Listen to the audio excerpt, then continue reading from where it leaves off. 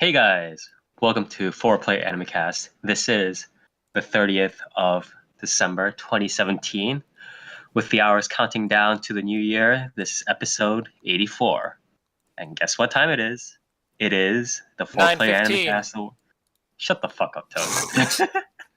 But yes, 9:15 wherever Toast is. But it's also the 4PlayerAnimecast Awards show. Yes, it is the time of the year where everybody gets to sing the praises of, bemoan, complain, whatever, about all the series, all the things that have occurred this past year through our wonderful awards show. And we'll be going over these very shortly. But anyways, I'm your host, Spire. I almost said I'm your Spire host. And Hello, then, Spire host. Yes. And with me are my co-hosts, Toast, Dark, and Nier. Well, let's start off with Nier first. How have you been doing?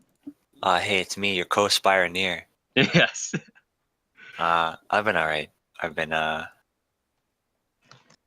I've been pretty lazy though.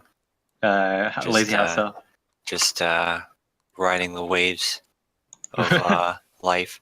I had to blast through some anime these past couple of days because I was like, oh shit, I actually haven't finished some of these. Right. So that was fun. But yeah, other than that, I've been pretty good. Okay. Dark? Hey, how's it going? I'm Stuff here too. happening? Life happening? Yeah, the season ended and now I got like nothing to watch because, waiting for that next season to start up. I didn't really start up anything that I hadn't already been watching, so oops. See. I'm missing quite a few shows. All right. And Toast. Hello. What's up? How have you been up to? Today's meme of the day is TQ eating gifs. What? You post those like every day though. Yeah. Don't worry, I have some mayoral and Ouija's here to spice it up.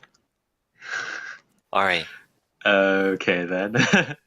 As for me, again, I've been going through a lot of stuff. Both in terms of Japanese media, games, manga, anime, whatever, and in terms of real life, it's been a blast. I think there's been a lot of weird things happening, but overall, very interesting. I'm glad. Also, like every year, again, I'm very glad that this series happens. Not just because lets us discuss stuff together and lets us kind of close off the year, but also because it kind of, just through the research we have to do, just through the fact that we have to go back and kind of review, it kind of lets us know, like, put everything in perspective, right? Like, instead of just having things with the nostalgia glasses and then later remembering, when I watched Haru, everything was great. We could kind of go back and be like, oh, this happened, that happened. When I look back upon it, this wasn't that hyped up to be, or this was better than I thought it would be, like, over in the overall scheme of things. So I really do like this time of year, and I'm pretty glad that I get to do it every year. But yeah, I'm gonna be more sappy later on. But anyways, we should probably start off here. Before we start, claim your meme. I pick Luigi. What the fuck? I don't think that was this year. Yeah, I'll be the eating Luigi gif at the top right. Who do you the guys year pick? of Luigi is over. Luigi's dead. Okay, Nier, you can be Mario. Spire, you can be top, bottom left TQ. Dark, you're bottom right TQ. All right, dude. Fuck. Make sure to remember that for later. Oh my god. All right. Anyways, we should start off, and as usual, we did push out a list. Thanks to Dark here. We did push out a list earlier out on social media of the awards we are going through this year, or at least for this awards show. And for most of them, we'll be going through, pretty much everybody will have one or two. We'll also have honorable mentions for each of the awards, if there are any that we want to give out. And then just before we hit, worst, best award, best anime, worst anime, stuff like that, we'll go through some of our personal awards, funny, like, kind of stuff that we want to shout out or, complain about or whatever it is. And then we'll go into worst best awards, and that'll be that. So yeah.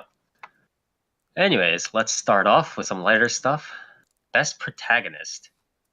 So again, when we're going through these awards, we'll usually give a short explanation if needed of what we use to judge, best protagonist or whatever, and then we'll go on to our explanation. So I'll start first. For best protagonist, a lot of the stuff I consider was not just.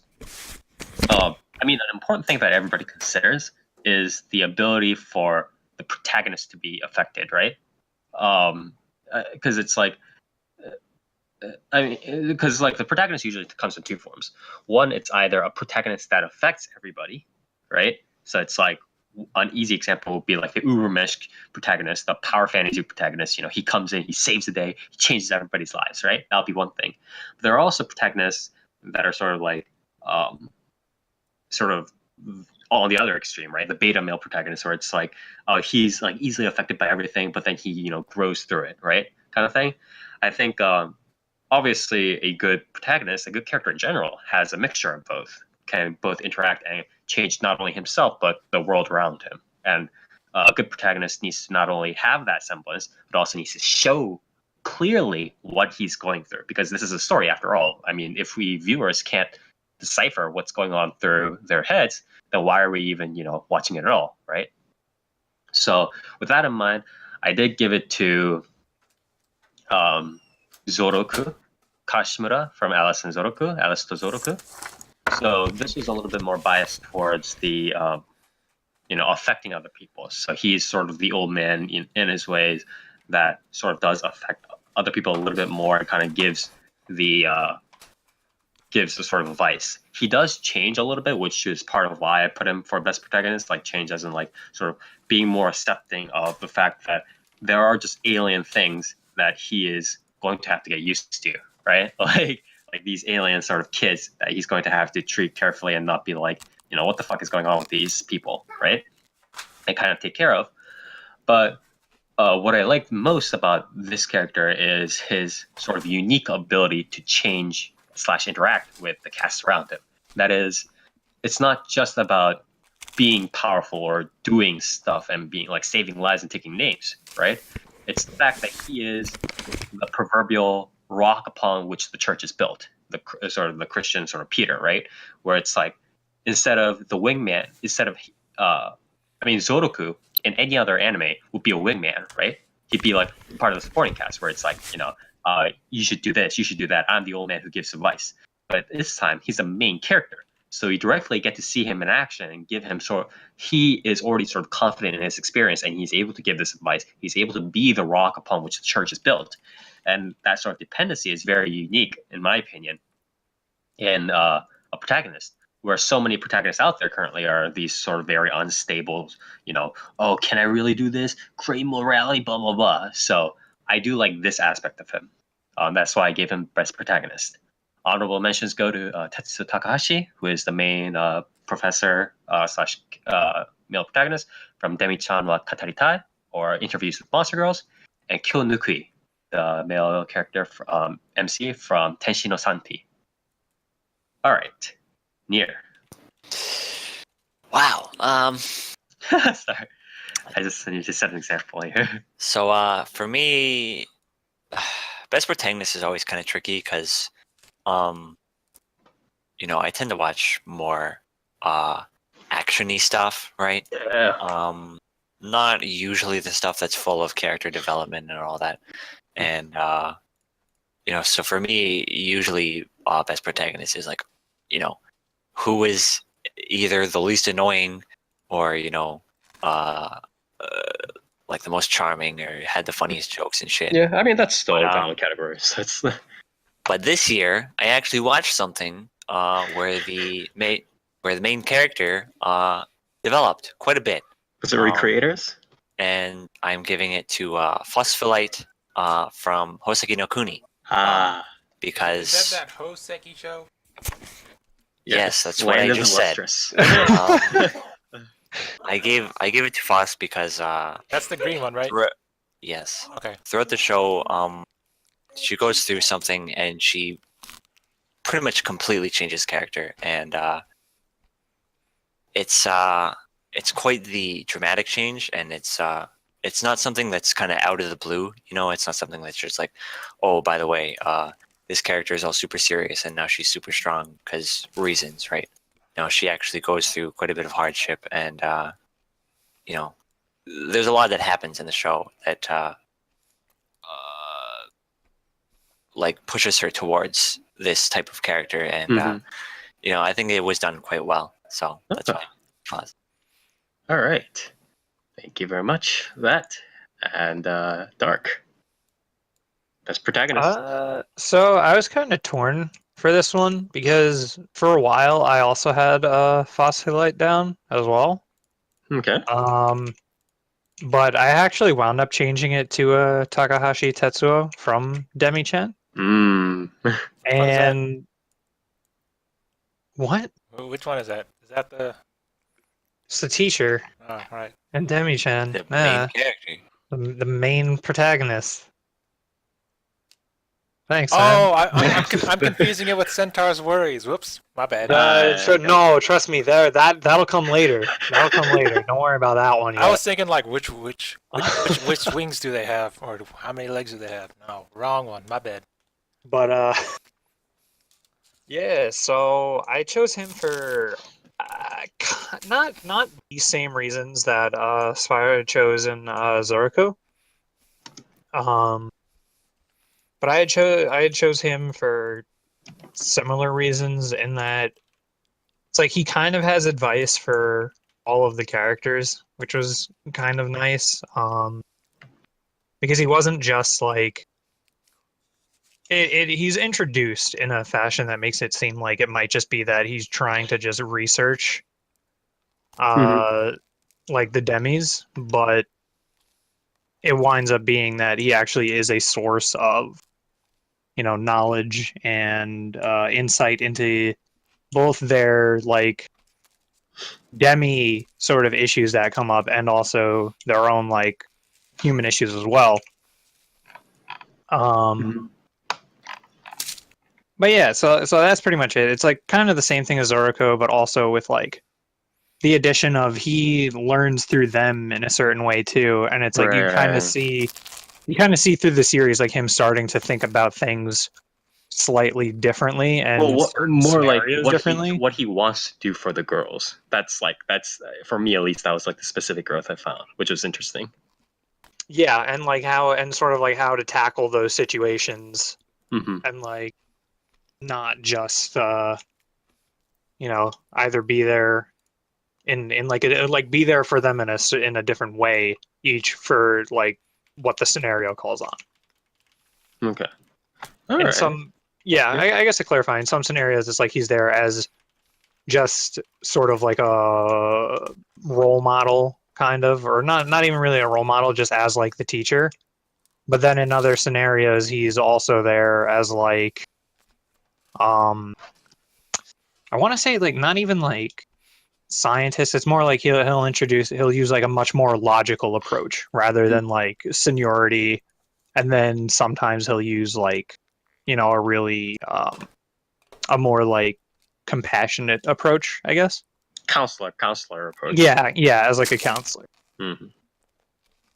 Yeah, he does balance a lot more, and then he kind of, again, as you said, learns sort of again what he wants to do for people, like a more teacher/counselor sort of way, rather than kind of just, oh, these people, monster girls do this, monster girls do that, which would have been sort of a continual sort of formulaic expansion of the sort of, you know, trivia series, right? Like, girls do this, girls do that, monster girls do this, monster girls do that, which is nice. Okay. Yeah. All right. So with that, thank you, Dark, and Toast. Best protagonist, please. My best protagonist is what's her name? Right. Clearly. How do you pronounce this? She's so good, he's speechless. I can't pronounce his name. Oh, Ernesti Echeverry. Oh, Knights of Magic. Not a Knights she. of Magic. It's the whole point. But that's the joke. So, do you want to explain best protagonist? Every scene that Ernesti is in is just him gushing about robots and how cool they are. There's not much romantic relationships over there with him, even though some chick likes her. She's all like, "Screw you! I want to build some robots." And that's what he does the entire season. He sees a robot, he builds it, and he's like, "This isn't good enough." So then he builds a better robot. On and So on. you like, I the fact like that his I like focus is on the mechas instead of random other fan service I stuff. like his aesthetic where he sees Aesthetic. he sees the airship and he's like, "Screw that! Mhm. Airships suck. You need to build a robot based around it." Then he destroys the airship so that no one else can make it again. Okay. All right. There's not much character development with him. It's all, I'm gonna Yeah, I build mean, the again, robot. as long as you explain it, yeah. Yeah. Robots. Yeah. Yeah, I like robots. Okay. All right. Thank you. And then next, and with that, we're done with best protagonist. And then the next up is best antagonist.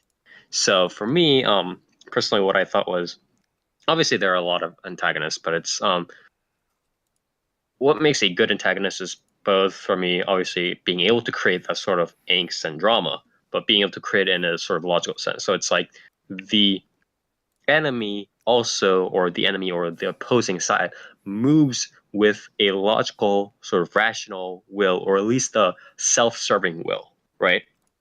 Like he wants to do something, and then he's going for it, and that side and those set of actions is opposing the the heroes or whatever. It's not just, oh, I'm gonna be evil. That's not how life works, right? um, so that's a big thing. And then obviously having separate character development for the said character, and maybe if necessary going through redemption, going through alteration of personalities, whatever, is pretty nice to see. But the idea is having the enemy also move as a separate sort of independent human character. So with that, I put 13 from Grimoire of Zero, also known in Japanese as Zero Kara Hajimeru Mahou no Shou. So 13 voiced by Takehitsu Koyasu or something like that, right? Takehito Koyasu, the person behind Dio and stuff like that. The older brother of the sort of girl and the main girl slash main heroine of the series. Yeah, the tall black haired dude with like the magician. So he's supposed to be this like antagonist. He's the one that riled up all the people against the witches and stuff like that, or like getting rid of the witches too and doing these cleansing. And the reason why he's doing all these sorts of like intricate sort of plans to get rid of the witches and then create good sort of quote unquote magicians in place of them is so that Zero, his younger sister, will be able to live in a sort of peaceful world with magic being accepted in the open world. So this sort of like opposing force, for his sister and stuff like that, is very interesting. And then although sometimes the plot starts getting railroaded slightly, the idea that 13 as an opposing character later eventually becomes smart enough to realize, oh, I can't just do this like opposing, oh, I'm going to be angry at people, or I'm going to cleanse people, or I'm going to do dirty stuff all the time. It's not reasonable, and starts altering his plan, and maybe sometimes even working with the protagonists, is a very is a trait that's not often seen in antagonists. Usually antagonists, when faced with this more logical decision of you can't do this anymore, this is not a rational choice to do, people anime antagonists will usually go berserk, right? It's like, oh, I've been doing this all along, what have I invested all my time and effort into, and then they go berserk, and then they stay evil, which continues this opposition against the heroes. But the fact that 13 doesn't do that, it says, okay, well, this is pretty stupid, I should probably change my ways, really kind of seal the deal for me in terms of him being the best antagonist, because it showed that he is, while albeit an opposing force, he is still a character in the story. He is not just, oh, I'm going to be evil, I'm just Hitler. Like, that's not who he is. So for that, I give him my best antagonist. Nier. Well, you see, for me, I didn't really watch. I didn't really watch much with like a real antagonist outside of like, recreators. But I don't want to give that any awards. So. Who was the antagonist and recreators again? I completely The white hair, lost that. Oh, right. Altair. Yeah, but I'm not necessarily. This is pretty much just a. Only going to give an honorable mention, to Bondrewd from Mid and Abyss. He didn't really do anything particularly big in season 1 because they didn't get to his arc yet. But he did show up, and this is more of a shout out to Made in Abyss season 2 covering Bondrewd arc, and it being Bondrewd's like one of the more fun villains out there in something I've read or watched. So What would you mean by sort of like as fun? Well, he's got that like the mad scientist kind of thing, right? Mhm. So he's like conducting inhumane experiments for the sake of science, and he kind of goes crazy, just pursuing his goals and what he considers to be right, kind of thing. Like he's your typical comic booky mad scientist villain, but the way the whole arc kind of resolves is a very interesting way of dealing with the whole thing. So that's why I like him. He's also very charming. So he's a fun character. But yeah, Okay. I don't really have an award to give, just an honorable mention. Okay. You're going the full Kyoani route, or so we say in the industry. Yeah, pretty much. Okay. Dark. So I was. This was optional, but Mhm. now I feel pressured. So I mean, if you don't have it, that's fine. no, I kind of do. Like on the back of my mind, because it's kind of like cheating a bit. But the pretty much like the other kids, along with Minnie C from Alice to Zoroko, and not so much. I thought you were gonna say Cleo no Akari. The Takoyaki brothers. No, yeah, never mind. Takoyaki brothers. That's the antagonist. The Takoyaki brothers are so good. Please stop. They know what they want, and they know how they want to go about it. Oh, geez. All right, sorry, go on. No, yeah. So just pretty much like the other kids in the beginning, since like by episode, what was it, episode 6 or episode 5, they kind of don't have really an antagonist anymore in that show. Right, Like, right. I mean, there is like a conflict, but it's not really an antagonist. It's much more clearly an antagonist group in the beginning. But I think the character Minnie C and like the other kids, not so much them themselves, but how quickly they dissolve was kind of like what I liked about it. What do you mean by that? Like, you like the way they dissolve as in, like, they were like, oh, this is probably a stupid thing to do, and then they just kind of split? Yeah, Or- they were very clearly like, there was like that weird government organization, or not even government organization, it was just like a privately funded organization, and then all of a sudden the government rolls in and is like, you can't do this, and they arrest everyone, Right. and then everyone has to go their own separate ways, and they're just kind of left to their own devices. Like, Right. It doesn't I take the guess we're police forever done. to, like, chase them, essentially. Yeah. Yeah, I liked how quickly it dissolved, and how like the other people were kind of like the other kids, even though they were set up as protagonists, as soon as the group dissolved, they were like, yeah, we really didn't actually want to go after you. Right. Because they were still friends, so it wasn't like, it didn't drag on as like them being, the soldiers without like a leader sort of type like deal. they turn into like some like guerrilla like force or something like that. They didn't do that. Yeah, or not, or just like they were pissed off at everyone else because it's like, oh their man, group no, got you can't go dissolved. anymore. Yeah. Yeah. That's I like that, and a similar thing. I guess like Minnie C was still kind of pissed off at the end because she couldn't use voodoo to get her husband back, but Chinese voodoo. yeah, yeah, just like food. But they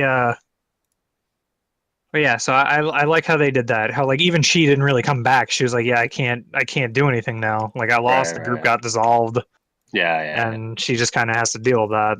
Yeah, they're reasonable people. Okay. Toast. Hello. Best antagonist, please. I was pretty I thought for like maybe 5 minutes on this one. Like Okay. I couldn't really figure out a antagonist that was very memorable to me. Like Mm-hmm. my first instinct was to go for Kaiba in Dark Side of Dimensions, but I was like, he's not much of an antagonist. He's actually he's a deuteragonist because most of the movie involves him doing stuff that's not antagonist like. Yeah. So I was like, I guess I can't do that. Okay. So my antagonist is the China in Evil or Live. China, the government. Seems good. All of China, yeah. All of China. Like no. Art imitates life, dude. To be more specific, it's the way they handled the what's the word? The internet addicted kids in Evil or Live. Yeah. The bourgeoisie and the government. Don't do that. That's bad. So because they just kind of just step down on the people with the internet addiction. Okay. People die because of your shock therapy. So because you like the extremes I went to. Yeah. Okay. All right. But like, if I had to pick an actual person, it would be the rival inventor from Knights and Magic. I don't remember his name. It's like Oreo or something. Who you're talking about. Yeah. The one who didn't like mechas at all. He wanted big warships. Yeah. Yeah. Okay. All right. Thank you, Toast. And then that'll be all for Best Antagonist. And next, we are going on to Best Supporting Character. Let me do this. I'll go first. This is also, again, this can be optional if you guys want. You don't have to have an order for it, but I just kind of put it in from previous years. Toast. I guess you want to go first? Yeah. Mine goes to Seto Kaiba from Dark Side of Dimensions. That was almost a mistake. Okay. All right. Like, I don't think you already kind of explained, right? Why he does a majority of everything in the movie. He makes the new super virtual reality Bluetooth dual disc. He finds the Millennium Puzzle and fixes and pieces it back together with its fancy laser grid algorithm supercomputer puzzle. That takes him maybe like 10 minutes of the movie compared to Yugi, who took 10 years. He duels Yugi in order to bring back the Pharaoh, and he fails. But his sacrifice at the end against the main bad guy is ultimately what brings back the Pharaoh. And later, at the end of the movie, he builds his fancy, what's that thing in Double O Gundam called? Solar elevator. He builds a fancy space station with the solar elevator. Orbital elevator? Orbital elevator, yeah. Okay. Yeah, and he it's not going to the sun, my dude. And he hooks up his fancy virtual reality dual device to himself. He gives Mokuba his company, and then he like free falls from space all the way down to Earth to activate his fancy new dual disc that sends him to the afterlife to battle Atem. Yeah. What the fuck? Kind of pretty cool. No, I mean, if he's willing to commit that much, he's definitely a pretty good supporter. I don't know. Maybe he needed some fancy gravitational energy from his free fall from space to Earth in order to activate the device that will send him to the afterworld to duel Atem. And like, you do you, man. Can I ask something? I don't think it's gonna get answered, but can I ask why he needed to be in space and do free fall to go to the afterworld, or is he just dying? He needed to hit 80 miles per hour. I guess. Like, Solar radiation. I don't know either. It's like Back to the Future, but like you're going to the afterworld. Like, oh my god. He has to almost die in order to go duel Atem. Do like a near-death experience is what it is. I don't know. It was cool. Okay. All right. Thanks, Toast. I guess I'll continue after that. In terms of a supporting character, obviously they have to interact with the character, and they have to be,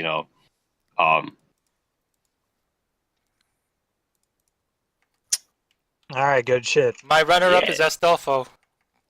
He got good art. It came out from Apocrypha. I mean, I think Wouldn't Toast is Astolfo- just trying to tell us he's like straps. I'm gonna be honest with you. who doesn't? True. It's like I'm not fully interested in the trap things, but Astolfo, I mean, They're people, not things, Toast. that's a pretty high level. That's like higher than Hideyoshi level, man. How can you deal with that? Also, Spy, you're dead if you didn't know. Yeah, he probably knows. Although he might, Keep he going. might be rambling to himself. Okay, I mean, Nier, you want to go next? We can wait for Spire. I mean, Spire's probably gonna interrupt me halfway through, but It's a risk we're willing to make. I mean, for me, best supporting character is pretty much just character I like the most. So I gave it to Susie from Little Witch Academia. So Coming back. She doesn't support Akko. She's like an Nier's antagonist. turn now, Spire. Yeah, I got him. Yeah. That's pretty much it. I mean, Susie's super likable. So that's pretty much all. That's pretty much my entire criteria for best supporting character. Yeah. Is, She's I not an like asshole. this character a lot. Yeah. So, yeah. And she's not that fucking asshole that like interrupts the main character or anything like that. Yeah. Okay. Well, she does. Did you want to She's not an redo asshole about yours, it. Spire? Yeah. Okay, I forgot to mention. Yeah, you go first. I forgot to mention. Kaiba has virtual cards now. Bluetooth. All right. It's all Toast, thank digital. you. It's like hologram cards, man. Doesn't even use real Yes. cards anymore. All right, Toast. Thank you. They've also gone digital, I believe. But then how does he stop gunshots with his cards? Yeah, he That's has that true. fancy laser grid now. How does he stop Like, gunshots with his lasers? His outfit is an entire dual disc now. His shoulder, like he's got his interface on his arm, and then his shoulder opens up, and some energy flows to his interface and activates it. I don't know, man. It could be bulletproof. I am the dual disc now. Look at me. I am the dude this guy. God. Oh, Jesus. Anyways, for my supporting cast again, sorry for cutting off, but essentially, I want obviously the characters to interact with the main character, and be obviously their own character as well, or have their own personality rather. But I also want them to be. I mean, the supporting characters are usually the ones that are sort of helping the plot along, right? Because it's the job of. Oftentimes, it's the job of the main character to respond to the changes in the story and then react accordingly, and then it's sort of a back and forth. But oftentimes the supporting characters are the initial motivators. So if the supporting characters sort of ham it up and kind of railroad the plot along, then I consider them not very good supporting characters. But if they're a bit more subtle about it, then I consider them better supporting characters.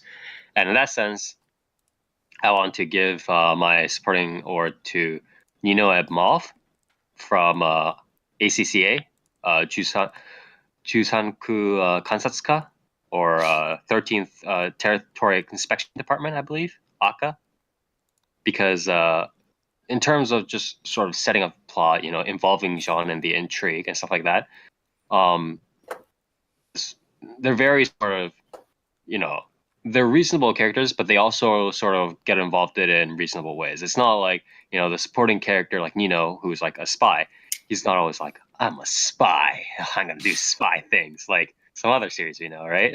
Mm. And Mav kind of just is like, okay, well, I need to fucking get rid of this problem. You come with me kind of thing. And it's like, it's not so much a, she doesn't really take, how shall I say? She doesn't really take like a backseat, but she's not like one of those like asshole, like the Idolmaster like director or whatever, right? Like the female Idolmaster director who's like an asshole. It's not like I had that. forgotten about that. Yeah, but she actually kind of takes charge. Hey, you're involved in this. We're gonna go through this plan, and then she kind of directs the plot along well, and then she kind of does her stuff. It's not like, oh, I'm gonna do this. I have this power, blah blah blah. It's more just like, hey, Jean, come over here. We need you for this, stuff like that. So I appreciate that a lot. So I'm going to give my award for best supporting character to those two. Dark. All right. So I'm going to give mine to Koiwai Homare Koi. from from Yeah, I always think of that too, actually. and the reason is like I guess I don't know. I feel like kind of bad doing this because it's like kind of more shallow for me, like the reaction I had for it. But Koiwai, I get it, it's a minor spoiler for Neteju because it's like the potential is there for some good old fashioned cucking, and because Koiwai, the best friend of the protagonist, starts talking to the male protagonist starts talking to the heroine, Morioka. So for a few episodes, for more than a few episodes, actually, you kind of like are stuck on that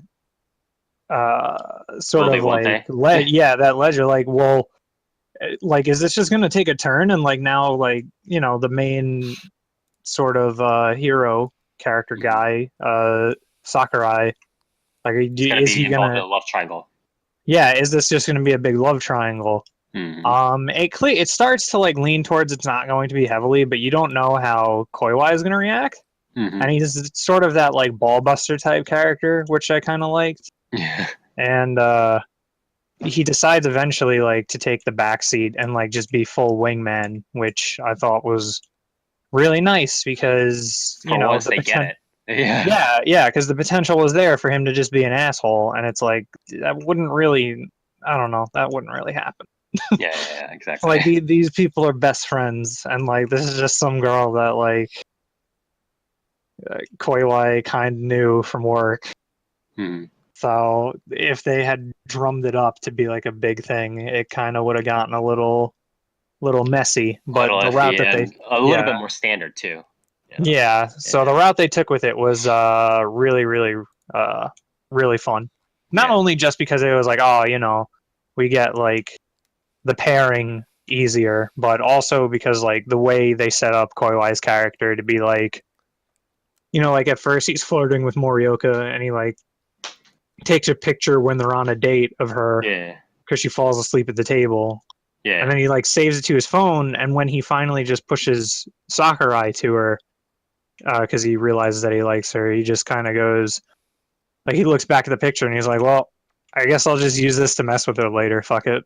Yeah, it's like, it's not like sour grapes or anything. It's like, this happened. Yeah, it's like, now I still have this picture. Now it serves a different purpose. I just get to mess with her. Yeah, exactly. So I like what they did with this character a lot. Yeah. Okay. Thank you for that. And that was best supporting character. Next is best overall cast.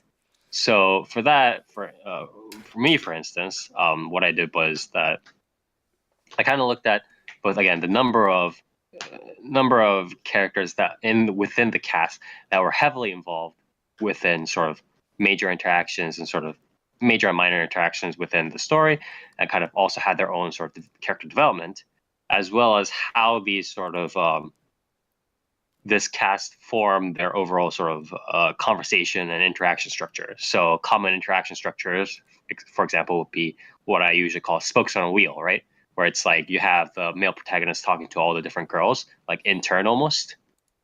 And then you have obviously some other sort of structures where it's like oftentimes stuff for like shoujo is like more paired, right? Like you have you have the couples talking to each other.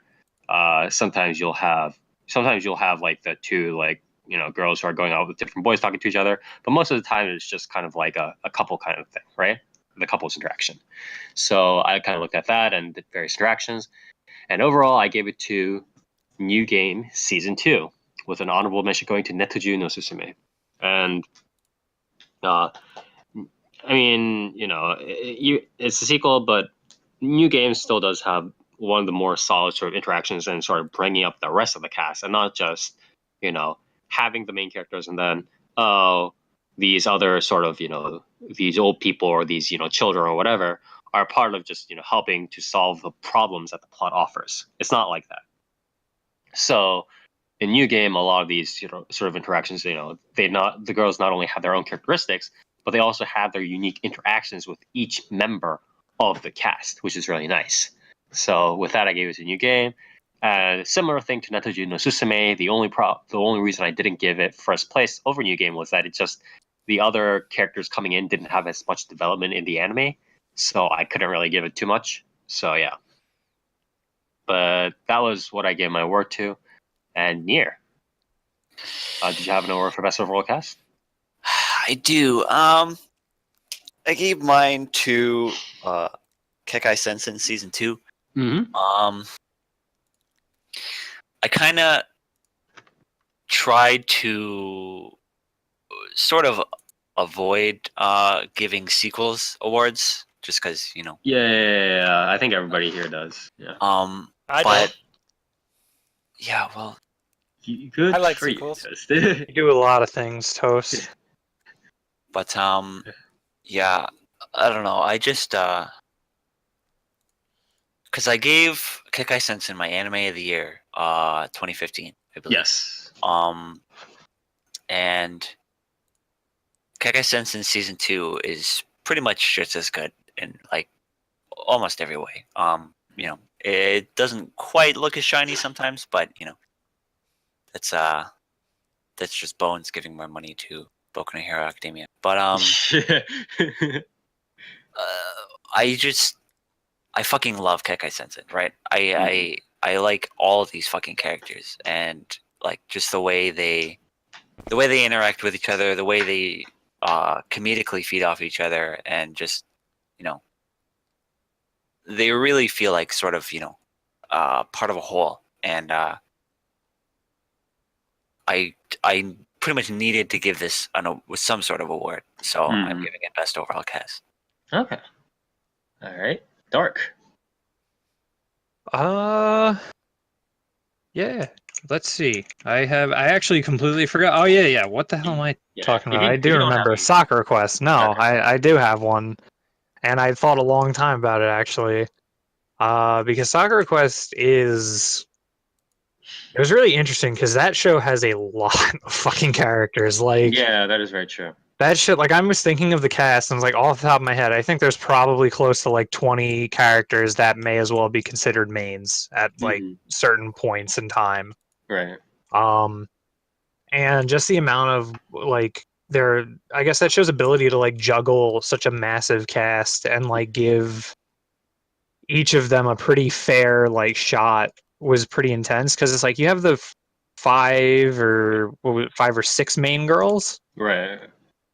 And each of them get like, their own mini arcs about themselves, which was nice. But then you also have stuff like the older generation. Yeah, including like the mayor of the town and stuff like that. Yeah, which included not the mayor per se. It was like the head of the town board or something. Mm-hmm. And which was like one of the characters' grandmothers, and then also the head of the tourism, like the tourism group they're a part of, and their like group of friends essentially. Like it was like three of them, and it was like those two, and then and then like some weird erratic inventor type guy. And I think like sort of like the show's ability to show not only like the five girls, but then that group too. Right. Sort of the people of the village as sort of, a set of individual people instead of, here are the village people kind of thing, right? Yeah. It was nice to have at least like, these select people to be the older generation and in these positions, and then also have like a few other towns, like people around the town, like the bus driver and the like cafe or bar owner lady and like her family. So like that was really nice to have that instead of just like, the committee board in general is like sort of the slight antagonist type thing. Right. And just the sort of way that they set up not only like like the current day actions of Mhm. I guess like the older generation and also like the younger generation. Like you get to see how their past influenced them, and then but you also get that with the older generation too. Like you get to see why I can't remember any of their names, but like why the town committee's chairpersons in the town committee, and why like the tourism board guy is in the tourism board, and why they don't really get along even though they were Right, best right, friends right, and right. stuff like that. But then it also it doesn't drum things up either with that cast, which I like too, because it keeps it where they're still all trying to work towards the same goal, and they're like not going to go like get superheated with each other because they're an older generation and they're Right. also like like they're adults so, Yeah. so they're not gonna They're not gonna like scream at each other or anything. like they're not gonna get too heated about a lot of things, even Mhm. though they might like get into arguments and stuff. Right, So right, right. I Okay. thought seeing the differences between that was really nice. Okay. Honorable mention goes to Kekai Sensen for pretty much the same reasons as Nier stated. Kekai Sensen season 2 really did well with showing us like each character individually and also and how they come together to make up the group. Mhm. And another honorable mention is for Boruto for similar reasons. You really I like that actually like Sarada. Boruto. Yeah, Boruto's great. Its cast is fantastic, and Orochimaru is the best parent so far. Who'da thunk? Who'da thunk?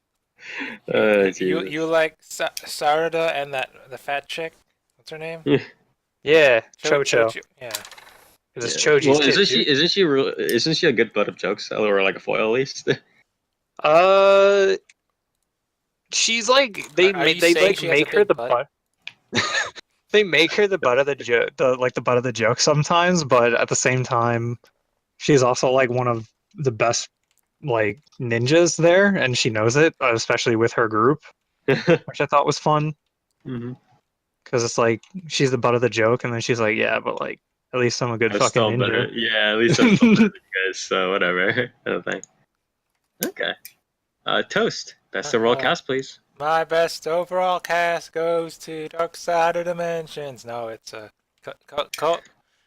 Kobayashi's cast of Maid Ah, okay, okay, Dragons. okay. All right. Yeah, they're cool. Okay. All right. Well, with that, we're done I with mean, do best you, overall. do you want me to do you want me to explain the Kana memes, or the No, I think I get why you like Kobayashi. or the Lukoa Shota memes because his It's name's Shota? no, that's okay. You like it for the memes. That's that's fine. I mean, you don't like Kana? Are I you do some like kind of Hana. pervert? All right, shut up, Toast. All right, we're moving on. Best. Well, anyways, best overall cast was that, and then next on we're gonna have some voice actor awards with best voice actor. So this is actually one of my like favorite awards here, just because I am into voice acting and the people behind the scenes in general, right? So I do like giving out this award. I know some people here don't really like delving too much into these over the years, but it's nice.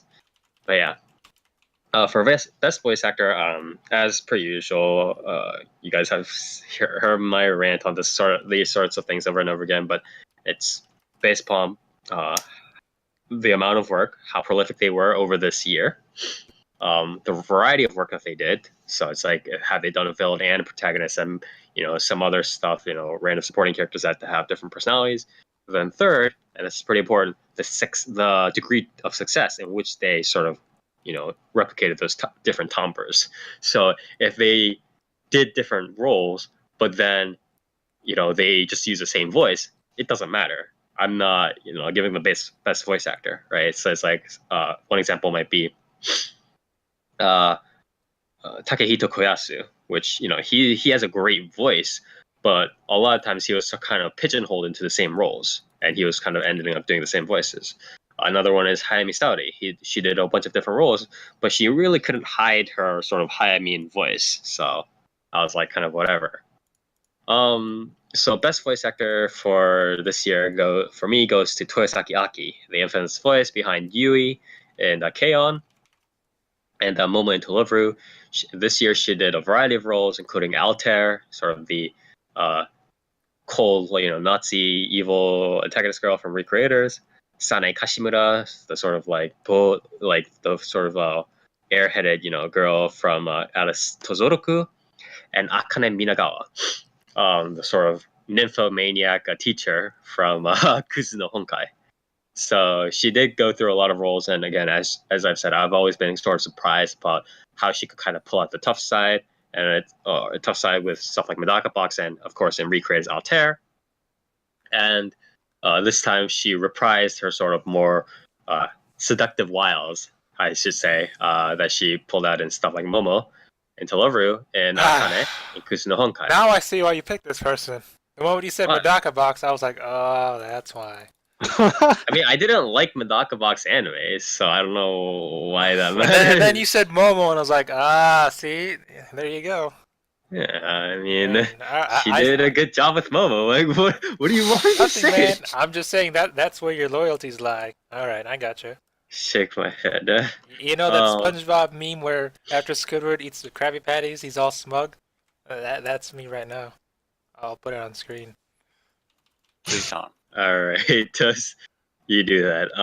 Anyways, honorable mention does go to. Honorable mention does go to Junichi Suabe, and although he didn't do a lot of different voices this year, just the amount of work that he's put out, just very just both in games, in terms of both in console and mobile, and in terms of just the roles that he reprised, both as anywhere from villain to doing fake kind of action stuff, to being a chef and isekai shokudo. He's also the tan chef in Shokugeki no Soma. Yeah, and he also did Tetsuo, of course, in Demi-chan. He did a lot of different roles, and again, although his characteristic voice did show up, he's just done so much stuff that I can't help but respect his work here. So I'll give an honorable mention to him. But yeah, that was my best voice actor, Toyosaki Aki. Dark. Fuck. So I didn't really have one for this, just because, like Spire had said, it's usually chosen by not only the quality but the amount of work a voice actor does. And it's like a lot of the stuff that I had watched, I noticed that even though some of them might have been more bigger name voice actors, they didn't really voice act in more than 2 series or something. A lot of jobs were split up this year. Yeah, which is nice. So I'm gonna cheat a bit. You can do Kyoani stuff that year, then, and just honorable mention it. You can do Rina Sato in exactly. I'm gonna go ahead and say Rina Sato. Why? Because also because she voiced, was it 2 or 3 characters in PSO2 episode 4? Mother. She did. I know she did Phaleg or whatever her name is. Is that her name? Phaleg? Phaleg, yeah. Whatever. Yeah. So I don't know if she voiced 3, but I know they had released 2 character voices of her doing different tones. Did you get both? One is, yeah, I have every single voice she's done actually. I have Mother and Phaleg as well. So she wound up playing at least 2 very prominent characters that actually interact with each other at certain points, or they're in very close scenes. So to have her doing 2 different tones of voice and the characters be very near each other and it not sounding weird, I thought was kind of a challenge that they actually wound up succeeding pretty damn well in. So I'm gonna go ahead and give it to her because of that. It counts because PSO2 is an anime. It's true. That is true. All right, Nier.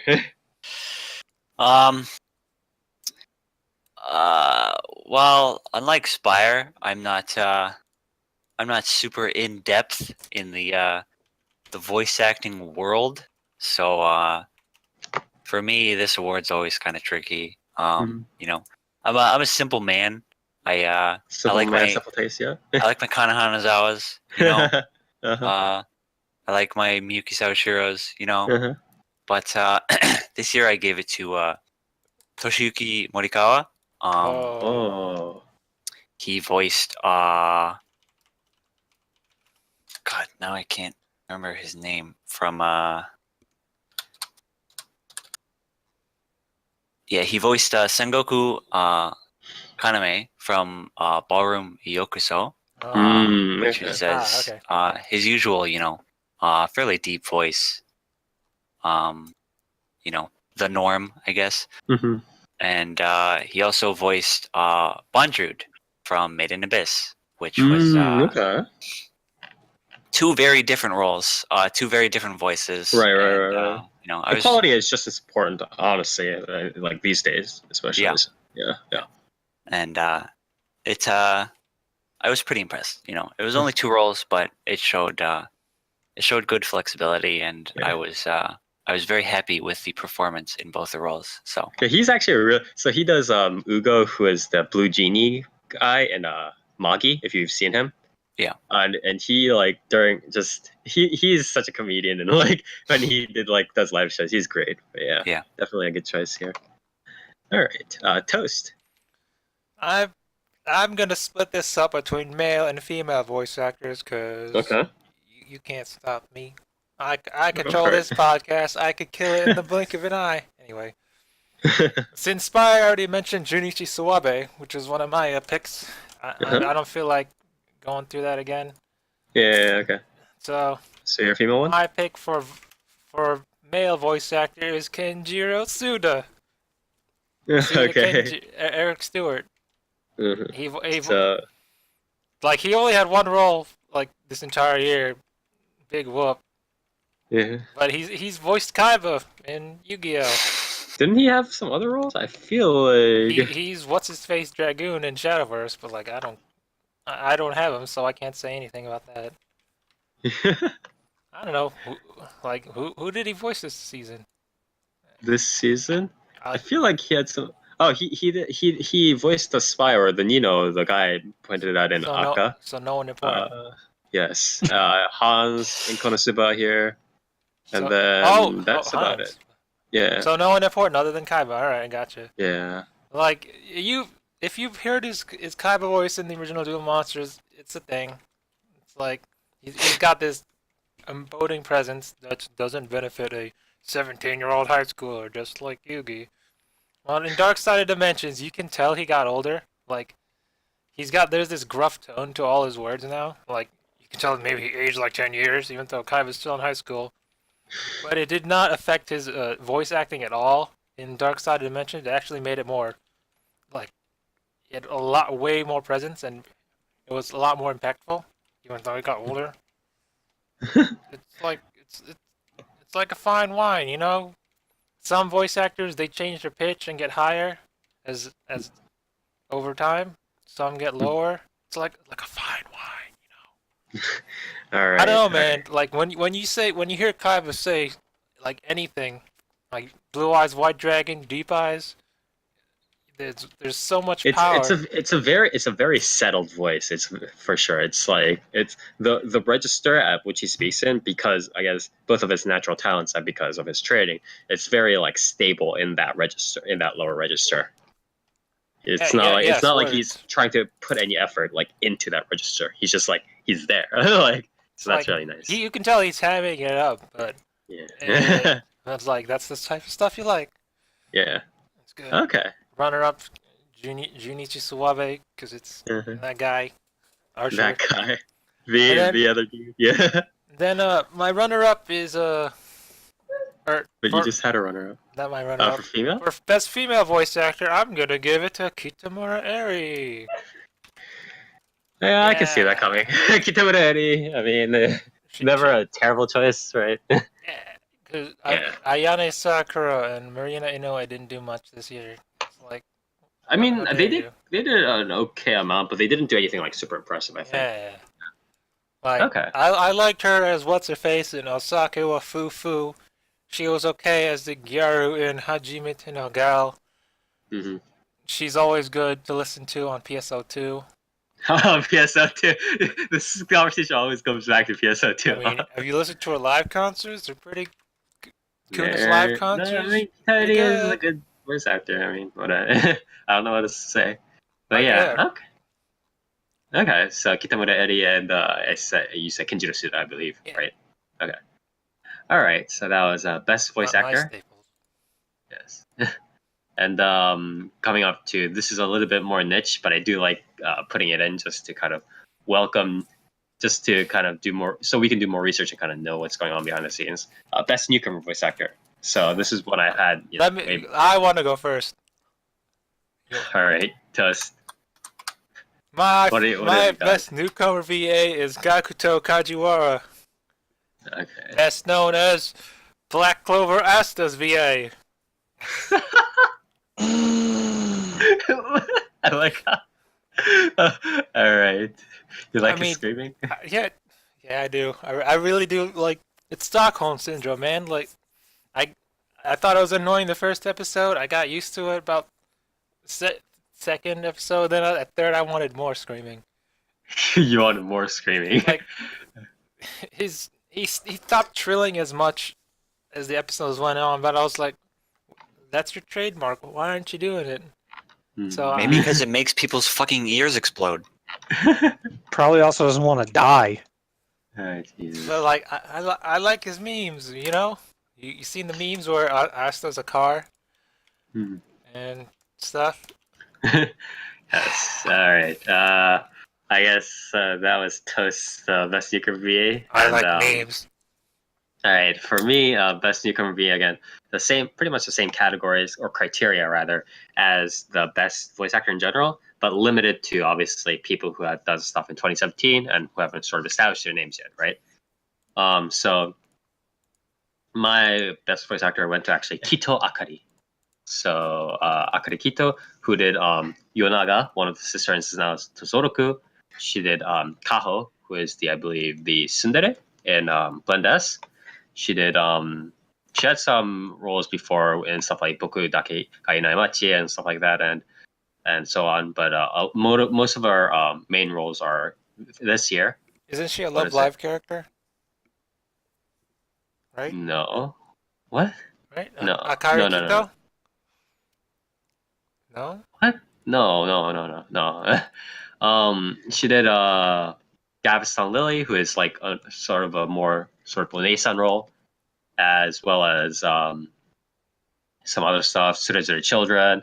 She did Classroom of the Elites, the main character in Classroom of the Elites. So she had a little bit more of sort of an Onesan, sort of an older / stricter role, but she can kind of lower it up and kind of go for the I guess the role that she did with Yonagai Hinagiri and Alice Suzoroku. So she's relatively flexible, but she had a lot of big roles. She had a lot of big roles this year, and I hope to see more of her. Honorable mention goes to Koga Aoi, who did, I believe, one of the roles in Kepeki Danshi Aoyama-kun, which is the cleanliness boy or whatever, clean freak Aoyama-kun or whatever. And then she also did stuff in Two Car, or one of the main roles in Two Car, as well as the Sora, one of the lollies in Tenshi no Sanpi. And her voice is like, I don't know how to describe it. It's like, was that the blonde one? yeah, it's a blonde one. Yeah, okay. The blonde one with short hair. But it's like, it's kind of weird how to describe. She has like a very like unique voice. I feel like later on, like as she gets more roles, she's going to end up becoming like Naganao Maria, who did like Kana's role and stuff like that, voice acting, and Kobayashi. She's gonna become that sort of like lighter sort of a lollyish voice fetish target. Yeah, like a voice fetish voice actor for a lot of otakus out there because of that sort of like light register that she goes in for. Like So Ogura Yui. No, Ogura Yui is like, she's not. This is a little bit more like an airheaded sort of like tomper. Ogura Yui is like just pure, just like I am fucking like way not legal. Like I am like way in the illegal range. I am like fucking like elementary school kind of like super high sort of like soprano-ish register. But Koga Aoi is a little bit lower. on the role, but it's a little bit more she's light. slightly more legal for you. Gotcha. Slightly more legal, yes. If you That's listen clearly hard how enough, it is. you Yes. can still hear the sirens, though. Yes, exactly. But yeah, honorable mention goes to Koga Aoi for kind of making her sort of niche in that That's a cool role. name, though. Koga Aoi. What Yeah, if she's ninja. a ninja? Yeah. Yeah, yeah. But yeah, honorable mention goes to her, and best of luck to both Kito Akari and Koga Aoi in the Best future. of luck in your ninja training. Near. Do you have anything, or do you want to just skip for it? Like I said earlier, I'm not too into the voice acting world. Mhm. So no, I don't have any. Okay. Shout out to Kan Hanazawa as the demonic Yeah. general. Yeah, Demonic best General. newcomer goes to Good to Kanazawa. You might not have heard of her. Yeah. But okay. Dark. Do you have anybody? Yeah, I do, dude. And you probably know who it is. It's Vinay Murthy. Okay. Do you So want to this man is the voice of Sandal-san from Soccer Quest, and what a fucking surprise! Because like I started watching that show, and I hear this character open his mouth, and the first thing I say is, "This person has never done a damn thing before," and not in like a bad way, like not in the way of like this person is inexperienced. I'm like, like how I've has never. this person? Yeah, I've never heard this fucking voice before in my life. Like, there is Yeah. no way that this person has voiced something that I've heard. Yeah, exactly. So this man, I believe, if I'm not mistaken, because I thought I saw a translated version of his bio, Mhm. was that I think he was born in Japan. Then his Okay. parents moved back to India. And then he moved back to Japan to become a voice actor, to like That's pursue really his dream of interesting, being a actually. Living Japanese the voice dream. actor. Yeah. And yeah, so you can actually cut in against fire. Sorry. Can you hear me? Yes. Yeah, no, I was gonna say you can cut in. Yeah. No. Okay. So yeah, that's actually like just to become a voice actor from like a foreign sort of as like a different ethnicity, I guess in general is kind of difficult in Japan. But like doing that, like doing the back and forth of this landing up there is pretty cool. Actually, is what I just want to say. Yeah, now I'm not positive on that, but I'm pretty sure that's what his like bio had said. Mm-hmm. So that I thought was pretty neat, but also paired with the fact that he's like really, really, really good. His voice is like extremely unique and like really I don't know how to describe it. It's like you really have to hear it. He voices both Sandal-san and he does the outros for Soccer Quest, and I guess it sounds like if you've ever heard actually this doesn't help anymore because I don't remember the name of the show, but it's the one about the market with the Tamako Japanese market. girl. No, the Japanese girl that goes to England or whatever. Ikoku Miru no Kurase. There you go. It sounds almost like the sort of accent like that person has when they do the intros for that show and the title reads. Oh, interesting. Okay. Yeah, it's like you That's can wonderful. tell that this person is not doing a like when he speaks in the show sometimes he does have like he sounds Japanese, if that makes sense. Like he doesn't sound like he has much of an accent. But then when he does certain words and certain like the like ending credits reads, and especially when he starts going into English, like he very much has like an accent of either an English accent or just like a different accent and tone of voice than you would expect to hear. And like it's an anime. very and it's very smooth and very nice. Okay. And I really, really hope to hear more from him Yeah. because the character of Sandal-san was really, really good as well. So Yeah, and also an interesting just having choice that for a sort first of, character. Yeah, and just having that sort of openness, because it's like this is also part of this outreach, right? It's not just about how it's like maybe several episodes back we read about like Japan doing these like outreach projects, right, or whatever, to like spread Japanese culture. Like this is sort of the thing we also need, right? Like people being able to take these roles that are not Japanese, right? So yeah, that's I really mean nice. you get more people like for your casts. You also get more people who like Sandal-san's English is like he Not very Japanese. yeah, he very clearly understands, like he very clearly like is someone who speaks fluent English. Yeah, exactly.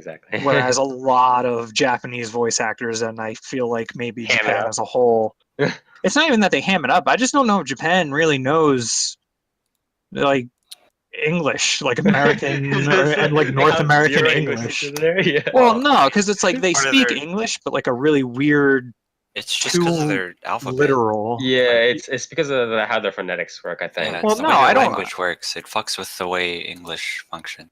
Yeah, that's what I mean. Like, not so much the accents. I mean, like, the way, like, they'll speak, like, they'll say a sentence, and it's like, technically that sentence is, like, kind of correct, but the words are flipped in a way that, like, Oh yeah, the structure is. yeah, the sentence structure will Yeah, be, like, completely fucked, and Yeah, that is true. be like, that would be really obvious to either a native English speaker or someone who spent, like, a lot of time in a country where English is, like, the predominant language. Like Right, this exactly. country. We can't say that, Toast. There's someone who's not from this country. Who? You? Mhm. No, near. Yeah, dark. He's Yeah, me, dude. I'm from Mexico, actually. Yeah. But yeah, okay. So Can I guess- give a last minute shout out to my runner up, best newcomer voice actor, Yeah, who is it? Jaden Smith. Thank you, Yo, Toast. why would you do that? appreciate that. Thank you, Toast. All right. I mean, Um, he's trying, man. We almost got through the whole Yes. fucking thing. You don't deserve this big Toblerone. Fun All right. story. Apparently, it's like a Mexican or Spanish tradition to have a Toblerone on the holidays, and I had a big Toblerone. I had a big Shit. Toblerone. See, Did you Alright. deserve it, though? I don't know. Yeah, my sister fucking ate half of it. Damn. Nice. All right. With that, we are done with the best sneaker review, and now we're going to start getting into audio visuals. And we start off with one of the most anticipated series, or one of the most researched throughout for most people. Best OP, or best opening. Again, I guess I'll start off. For me, best opening, I know other people here will judge it differently, but I pretty much only listen to the opening when I go through a series and stuff like that. I mean, like, I look at the opening animation, but a lot of times it's just like, I don't really give a fuck. But for me, it's mainly music, and it obviously has to grab my interest. It has to be sort of unique in terms of how it approaches the opening. It can't just be like, oh, we'll just let some J-pop person or J-rock person just stand here and do stuff. And then it also has to be a song that not only fits sort of the anime and what it's going through, but also sort of how shall I say it? I can kind of listen to it on its own. Like it garners interest on its own without having to be tied to the anime. So it's a lot of restrictions, but a lot of pieces out there, or a lot of songs out there to be judged. For best OP, I did give it to Mahotsukai no Yome, the opening for Mahotsukai no Yome. I forget what its name was. It was Here Juna, I believe, or Here by Juna. So it was interesting how it kind of played out. Obviously, it kind of fit. It was a little bit more how shall I say? It kind of reminded me of more samba music-ish, more heavily on the sort of individual brass and drumming more than the others, sort of to motivate this sort of like dance rhythm. I did like how it kind of laid out the OP and kind of did that instead of kind of falling trapped to a lot of the I mean, it could have easily done a very sort of like standard ballad kind of thing, or it could have gone into a standard mid-tempo J-rock kind of thing, as some of the other isekai series did. But it didn't fall to that. It kind of created this unique piece, and I really do like it. So best OP for that. Honorable mentions go to Princess Principal, Hosuke no Kuni, and Hinako Note. So yeah. Nier. So for me, an OP is a very important thing to me. Mhm. Because the way I see OPs is it's not just like, hey, here's this sweet song, go buy their album kind of thing that a lot of the anime industry kind of treats the OPs these days. Mhm. The way I see OPs is it's really this like golden spot where the director can kind of pretty much just do whatever he wants Yeah. as long Sell as there's the a anime song at to it. its best point, almost. Yeah. Yeah. And so for me, it was really disappointing this year that there was really no OPs that did anything particularly interesting, whether it be visually, musically, or even like the OP interacting with the song. Like I enjoy that a lot in an OP. A lot of OPs really did not do much. I see someone shouting out Maid Dragon OP, which is Nice meme. not very good. Maid Dragon's OP is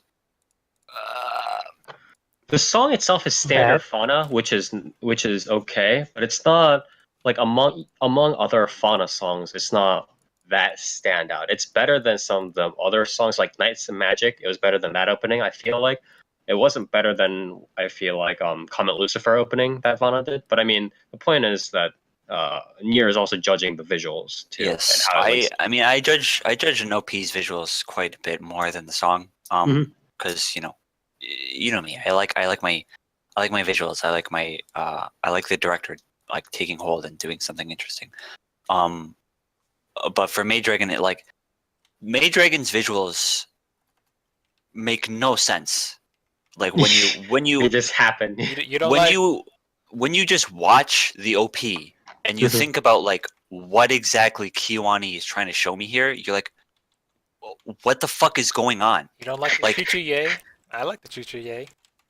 That's the song though. Yeah. Like that's Yeah. that's independent from the visuals. Like why show a bunch of fucking characters randomly spinning in the air? Like what is that showing me? Like why is Kana split, or it's like fucking In the Matrix. like yeah, why is she in a fucking computer?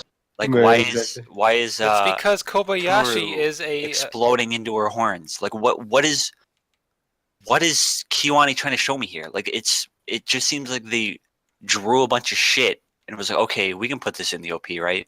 Yeah, Mhm. seems good.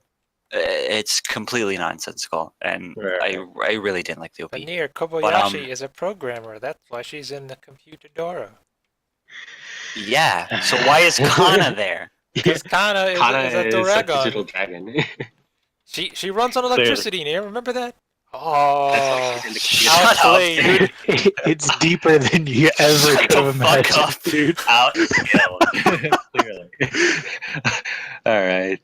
But So, yeah. for me the best OP was Hoseki no Kuni, because I'm gonna say this a lot this episode, but if you told me that a CG show was going to be one of the most visually interesting shows this year, I would have fucking slapped you in the mouth. Are you comparing that especially to after Berserk? Yeah, Berserk season But 2. but Hoseki no Kuni, Hoseki no Kuni's OP, not only is it, it's visually stimulating, although it's not necessarily, as interesting as I would have liked it to be. The song is quite catchy. I like the song quite a bit. I believe it's called Kyomen no Nami by Yurika. And yeah, it's just a generally good OP. It's it's more interesting than pretty much everything else this year. So The music is also quite unique too, so I do like it. It's a little bit more on the minimalist side, but yeah, it's quite nice. I quite like it.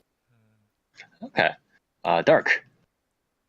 Okay, so I had for this best OP is actually I should preface this with I kind of judge this the same way as Nier.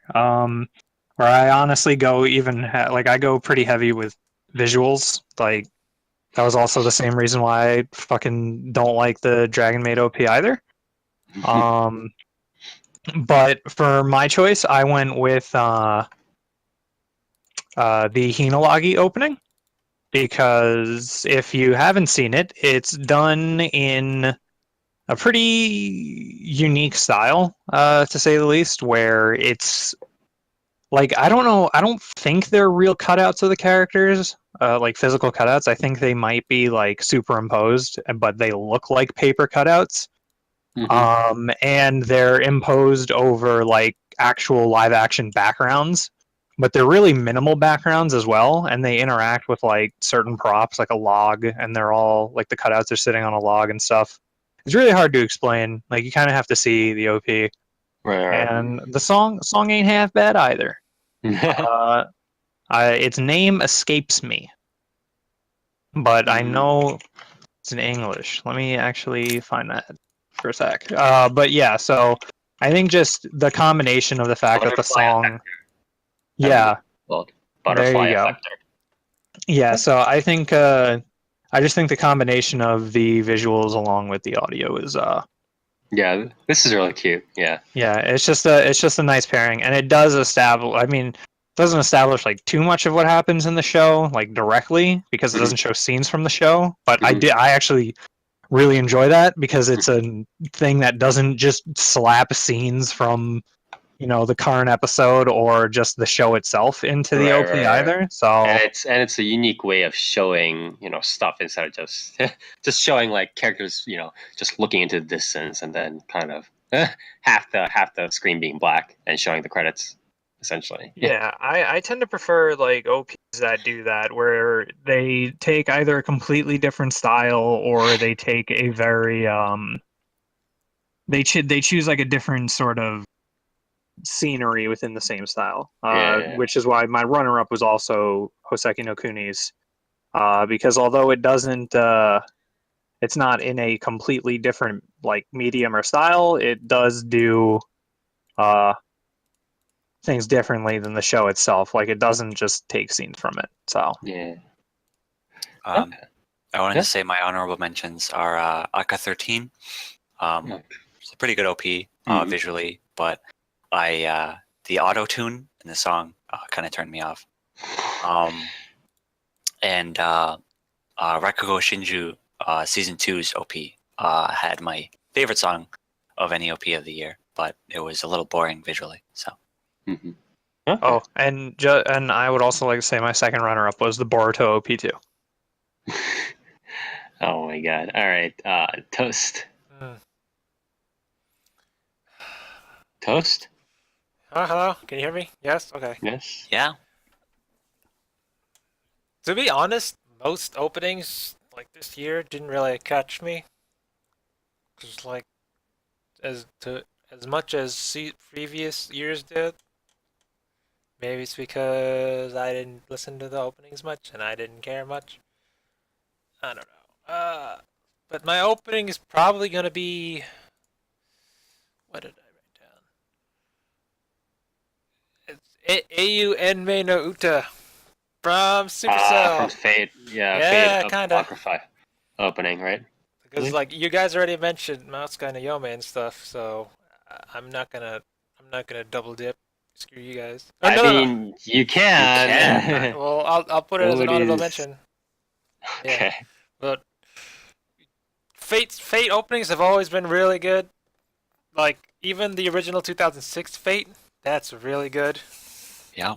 I mean, like say what you want about Dean, that soundtrack was glorious, especially with the Kenji Kawai in it. Unlimited Blade Works openings, Calafina, Eimer, all that, really good. Fate Zero openings, really good too. Openings and endings, Calafina again. Okay. For clarification, are you saying the first or second opening for Apocrypha? First. Yeah, that's the first opening. Okay. The AU and May no Uta, I think. It's like so out of left field from my usual stuff. It's closer to it actually has a feel towards the original like Fate Stay Night opening. That's how it feels to me.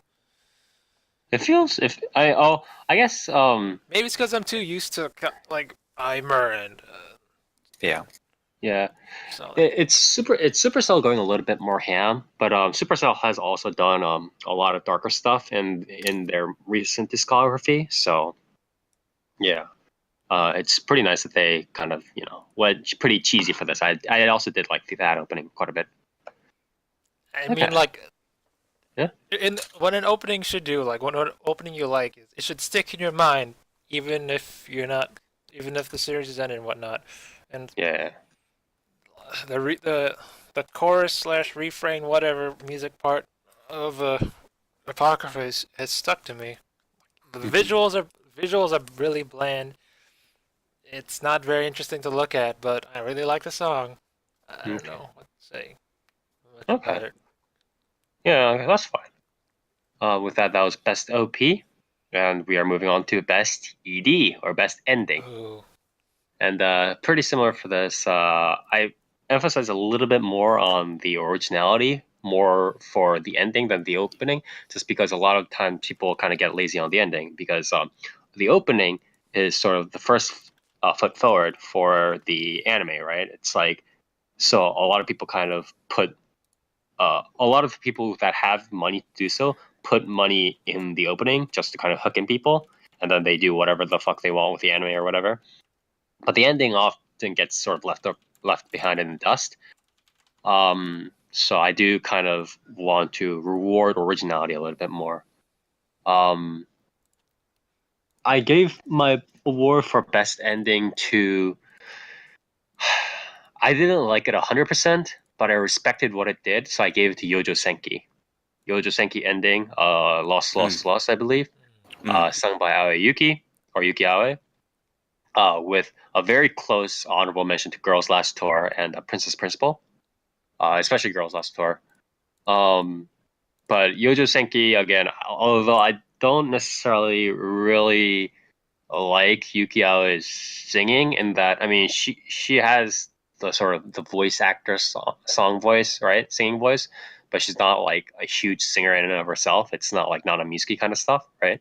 Although that is a pretty high standard, but it is a standard.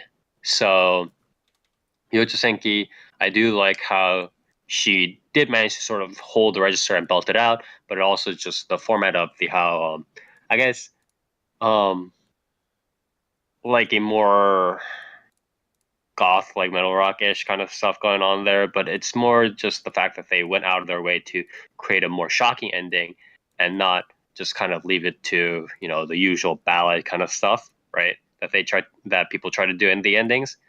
So I do respect them for that. So best ending goes to Yojo Senki. Nier. So,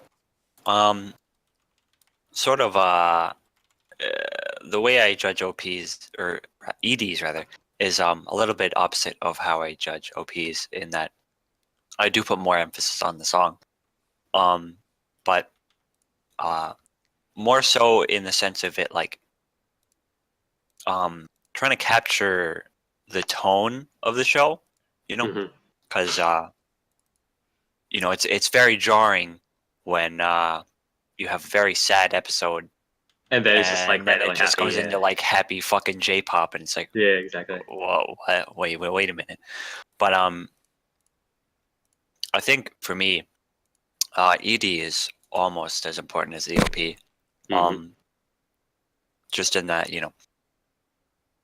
you can't, leave a sour taste in somebody's mouth at the end of an episode, right? So yeah. the ED also has to be very good. And so I gave it to Girls Last Tour, or what is it, Shoujo Shumatsu Ryoku? Yeah. Because not only I believe it's the two main characters, voice actors singing the ED, which is always a plus. It's the song captures the tone of the show, I believe, very well. In that it's very cheerful. Where Girls Last Tour, it has this sort of a bleak color palette, bleak setting, but it's a very cheerful very cozy show. Mm-hmm. And I think the ED catches that very well.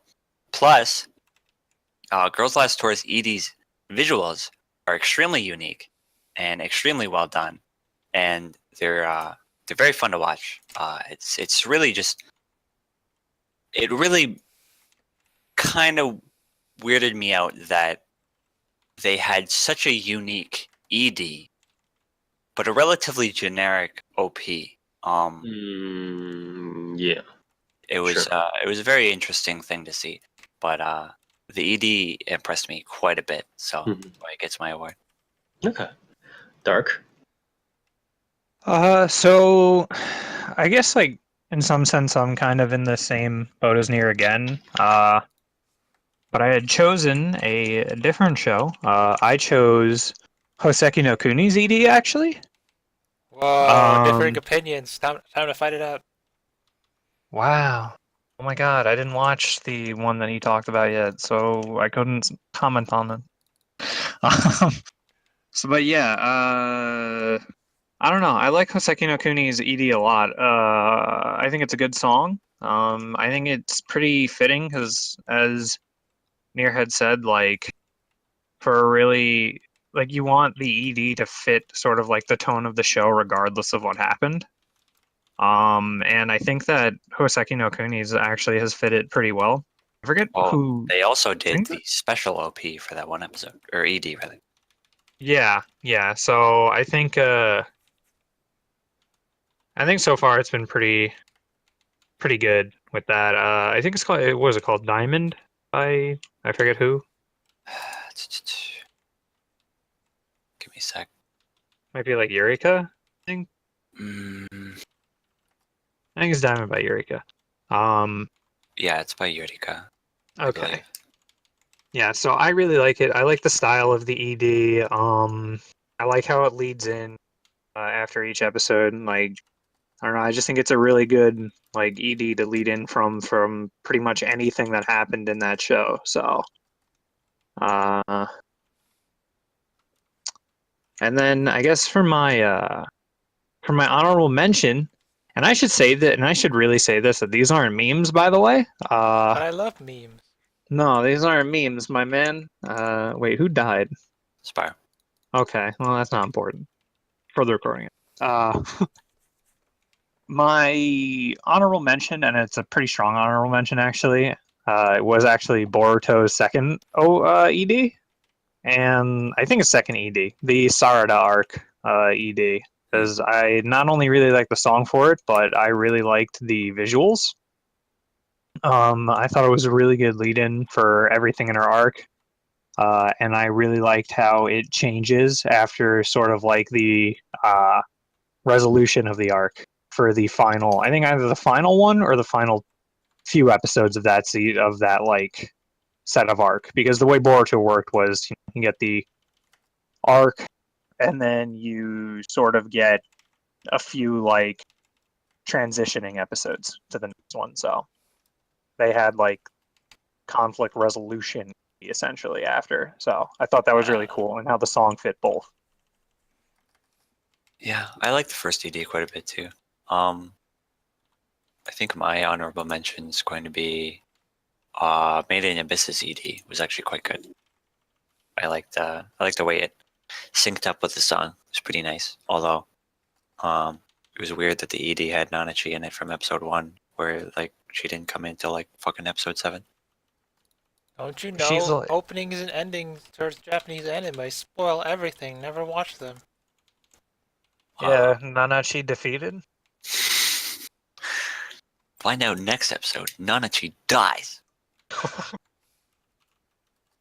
But Cool. yeah, do we want to wait for Spire to come back, or?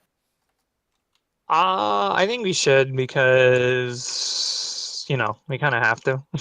Wait, did he talk about his yet? I forget. I don't think he did. No, I don't think he did. Yeah, no, he only did OP. So yeah, we're gonna have to kind of do that. Tag him. See where he is. He's offline. All right. All right, bye. So I'll do he's mine dead. then.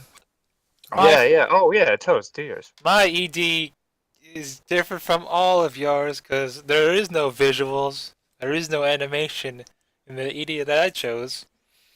And I chose Hana no Uta by Eimer. Hmm. I chose it because it's the song that plays at the end credits of Heaven's Feel, where they just do the long list of text of all the people that you don't pay attention to. Yeah, they're called credits. The credits, yeah, it's it's good. I mean, Eimer left a big Yeah. impression on me, Aimer is always good. especially with like my favorite Unlimited Blade Works opening is Brave Shine. That beats the first one by a lot. Like, and she also did Last Stardust, the insert song for the big pivotal moment in Unlimited Blade Works, and that fit really well. She's good. I really like Hana no Uta, even though I missed the first maybe minute of it because I went to pee during the credits of Heaven's Feel, so that I would not miss the. I Not a wouldn't be real like. fan. So I bypassed the lines that inevitably form after the movie, because after the movie everyone has to pee. There's a line in the bathroom. Toast telling us his intricate plans for That's why you skipping the lines just pee into your soda cup. into your coat. Yeah. 200 IQ plan. I peed at least 10 minutes before everyone else did, so I didn't have to go. Wow, that's But yeah. cerebral right there. And it's fine if you didn't hear. Mine is Hana no Uta by Eimer. It's literally the song No, I heard because you. it doesn't have any The- animation. The 2000 IQ plan is to not buy a drink. Yeah. No, just don't go to the movies so you have your bathroom close by. I don't know if we can even like record IQ that high. Yeah. Spire, what's That's your the favorite beauty. ED this season? No, I said I think I said it earlier. It was We like didn't Yojo hear you. Senki Lost Soul. Oh yeah, yeah. you did. Okay. Yeah. Okay, so with that, I guess we've wrapped up all the EDs here, and we'll move on to one of our more favorite awards to give out every year. I think everybody secretly enjoys this, even if they don't necessarily sometimes have it. Like, and it is Best and Worst Studios. So. Aha. Best studio, I kind of it's similar to best voice actor in my opinion, or where it's like obviously quality of the works that they produce, consistency, and also just I guess amount. But the amount matters much less than the quality that they did in this case, just because obviously good anime trumps all, right? So. Also, kind of consistency also ranks a little bit higher because it can show that they can kind of do a bunch of different series, or at least do the series that they were given to produce, instead of if they do have inconsistencies, and later on, let's say if we do get a series, then we don't know whether that series will be good or not from that production studio. So it's kind of like a coin flip. So why would I want to trust that studio with doing any anime series, to be quite honest, right? So consistency is a pretty big thing for me, at least. With that, I gave the award to Doga Kobo, the studio perhaps most famously known for Yuru Yuri, at least the first 2 seasons. But this year they did Gabriel Dropout, New Game, second season, Hinalogi, Luck and Logic, and second season of Himoto Umaru-chan. So I know there's a lot of they all look the same. Yeah, they do look similar, and it's the same thing with older Zebek, right? And even slightly more recent Zebek, where it's like they have like 1 or 2 chief animation directors, or like chief artists that they're kind of relying on, and they do their thing. And in the case of Zebek, it was like all these fan service series. In the case of Dogakobo, it's all these sort of quote unquote moe blob, like girls doing whatever crazy shit antics, right, in slice of life setting. It's these sorts of series that they're really kind of diving in and doing well. And Dogakobo does these very, very well. They do Yuru well. Gabriel Dropout was pretty solid. New Game is solid. Logi was surprisingly decent. Umaru is a meme, but the source material is more or less sort of to blame for that in the end. And the art, sort of the audio visuals in itself, are certainly pretty, up there for what Dokuokoba did.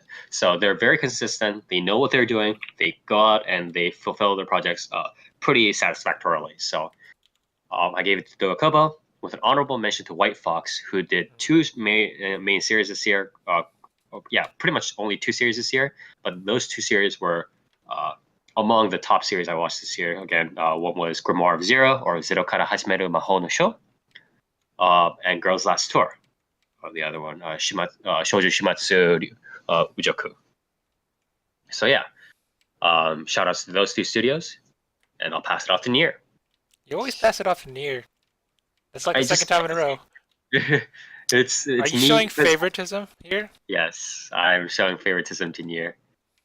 He is my passing off person. I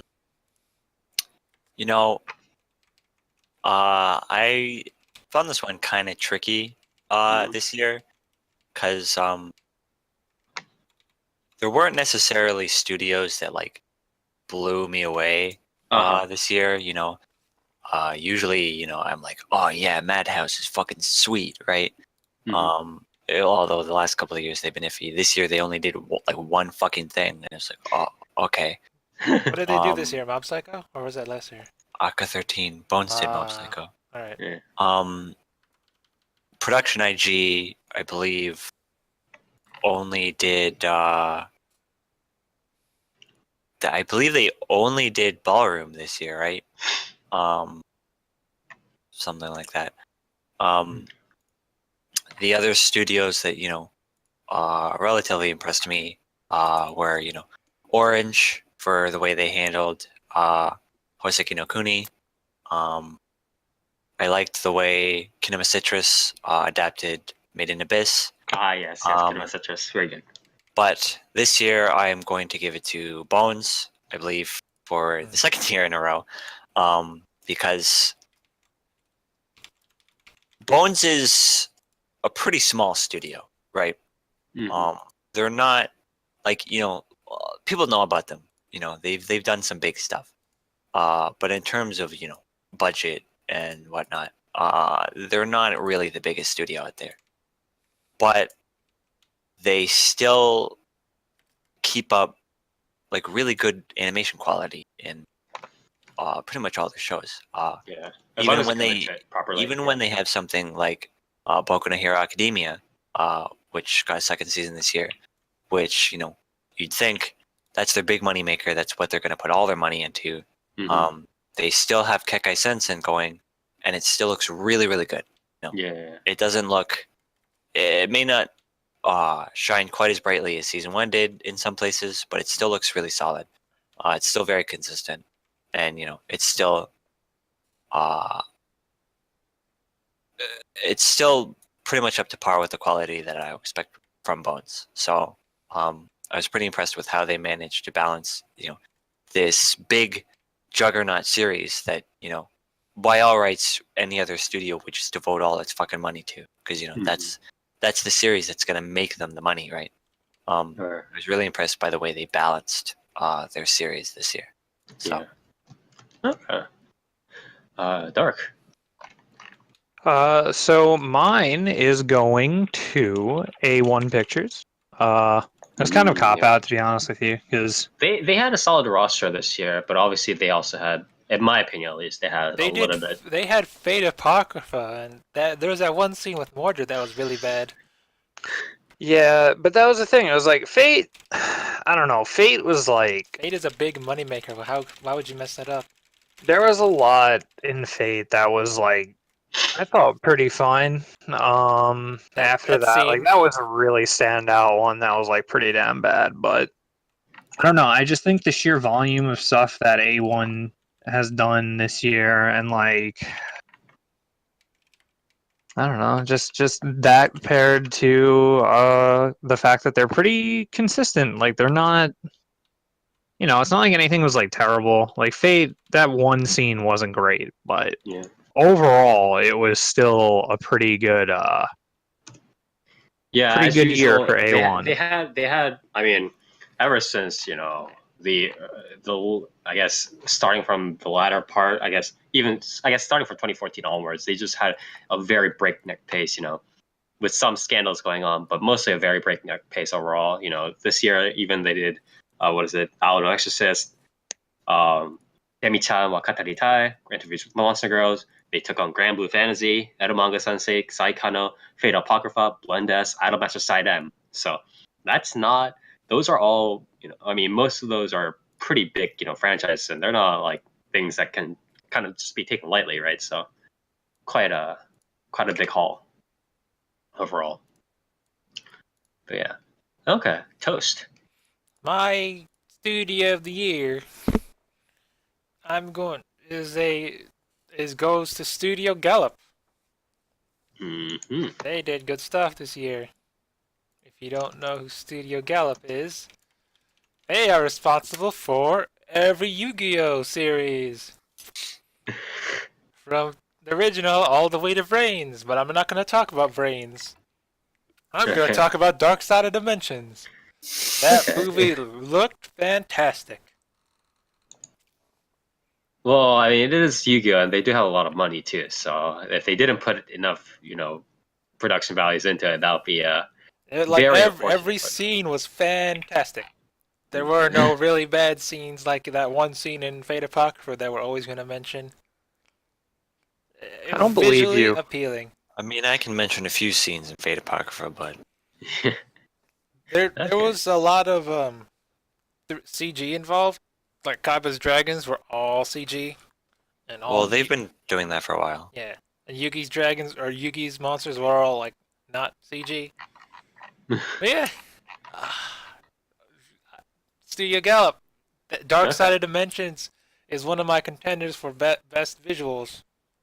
Okay. Really good. And the other award winner goes to UFO Table, which is the other. You can't give out 2 awards, Toast. You can. Okay. I'll let Toast give like tie, but it's like try not to catch much. Because Heaven's Feel also looked really good, and it's UFO Table. Yeah, it fucking better. Yeah, you're like, if it didn't, I'm gonna fucking go over there. Like I'm heading over there right now. Yeah, I'll give it to Gallop and UFO Table. That's a tie. So UFO Table's still the reigning champ for 3 years in a row, 2 years. Yeah. Okay. All right. And the next one is again another favorite of ours. Worst Studio. Now this one is a fun one, right? So Worst Studio, obviously, just the people that just kind of put out like things that just make people kind of scratch their heads. Like obviously, like having one really bad thing is the thing, but if they're consistently just putting out like, mediocre to kind of not very good stuff, it's like, no, stop doing that stuff. So that's for Worst Studio, and my Worst Studio goes to Amon Animation Company, who is Japanese branch of the overall Chinese company Howliners Animation League. They did most recently in 2017 A Centaur's Life and Evil or Live. And both of these were either not up to expectations, to say the least, or head scratchers, especially Evil or Live. And they, as Dark said to me earlier before the podcast, don't like to knock the new kids on the block. And they're not that new. They were working for 1 or 2 years before, but it's like, I don't know about this. Just copying whatever random Chinese, web novel stuff for adaptations, and also doing stuff like Evil or Live. I think they gotta work on their. I think they gotta work on what projects they're doing, and also kind of how they work the audio visuals of their projects, especially with stuff like the opening for Evil or Live. Like that was not. The opening for Evil or Live looked completely different than the animation that was actually in the series. Yeah, that was interesting. Not very good, G. Like the opening, it looked better than the actual series. The main character looked like this handsome whatever, and then Ikemen, yeah. Yeah, and then in the actual series, he looks like a boring person.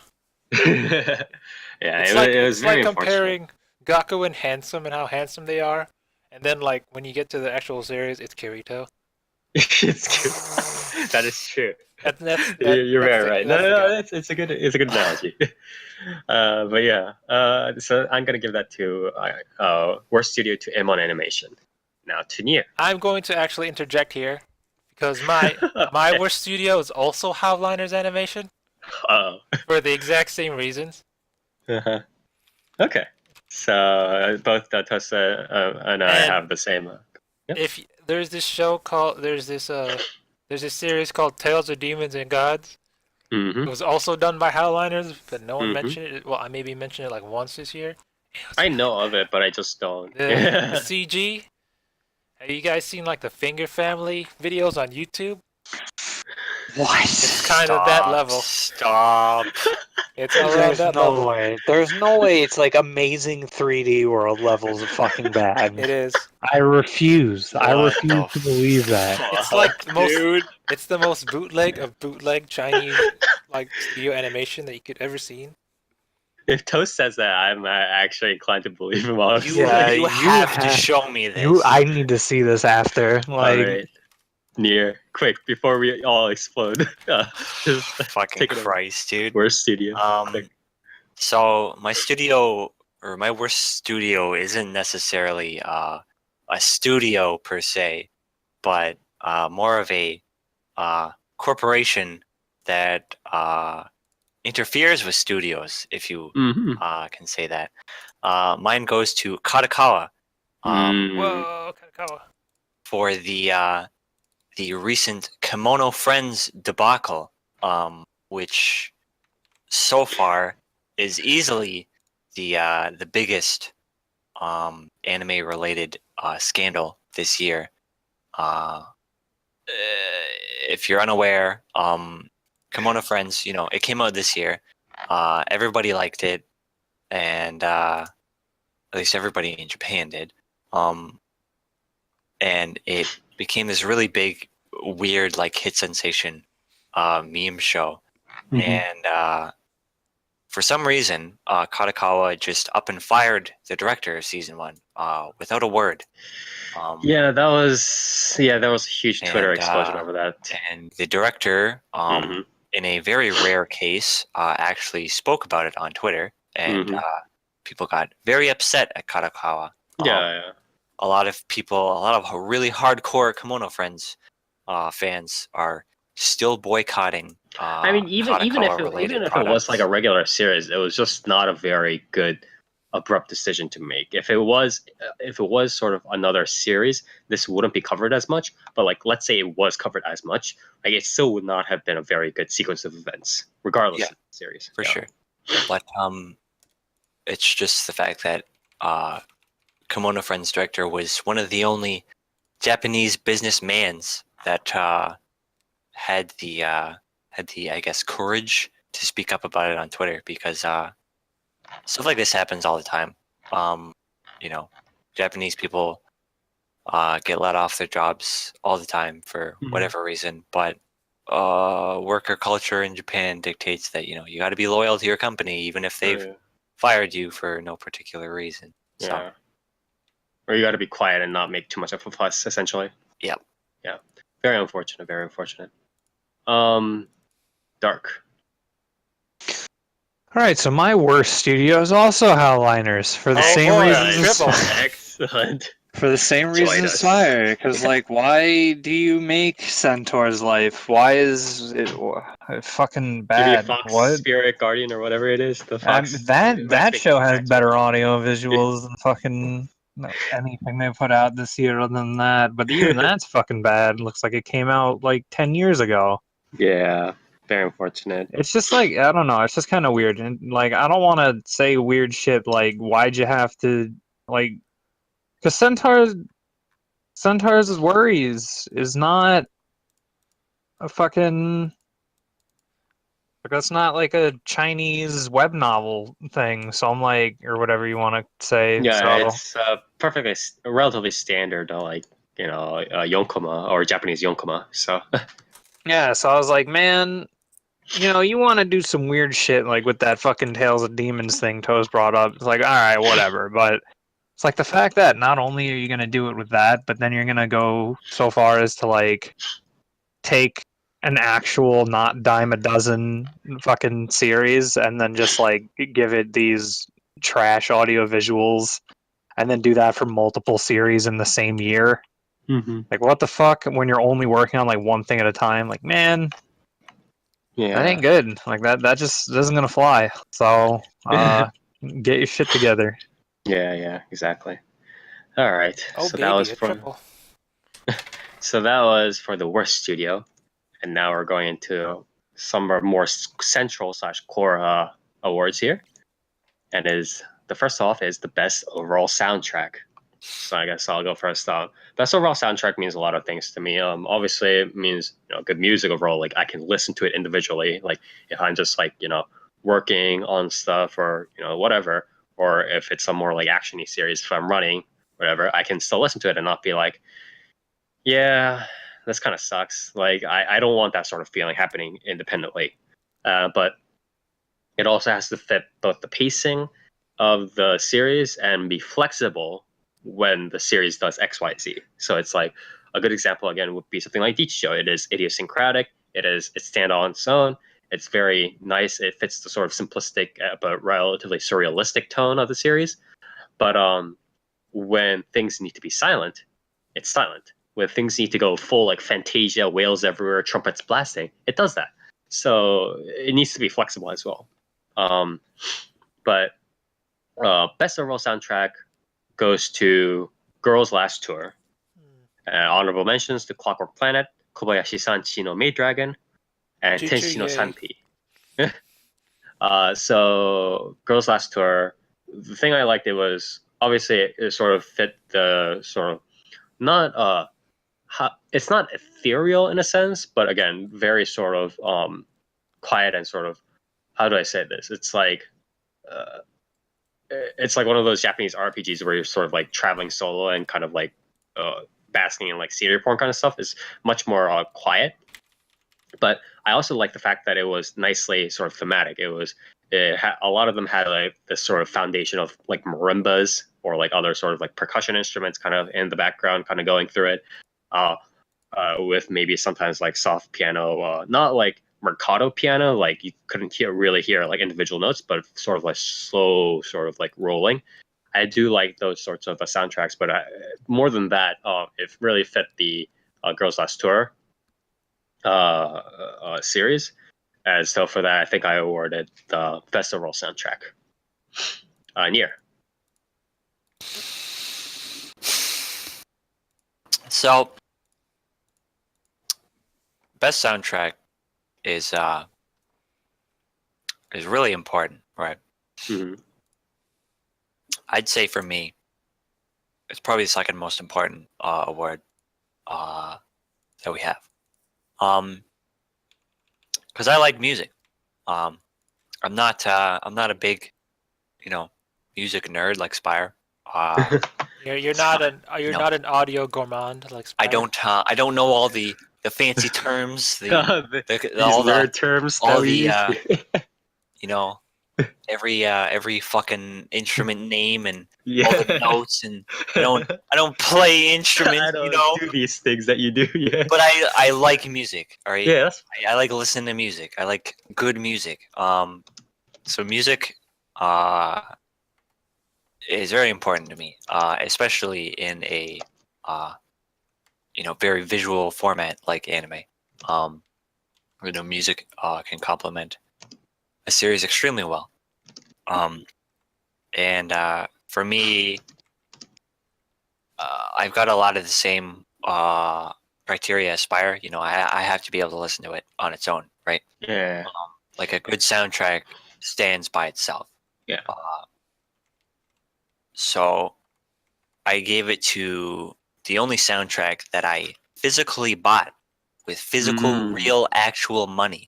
Why not digital money? He doesn't actually have a computer. He's actually just talking to us through a cup and a couple of strings. Yeah. I gave it to Made in Abyss.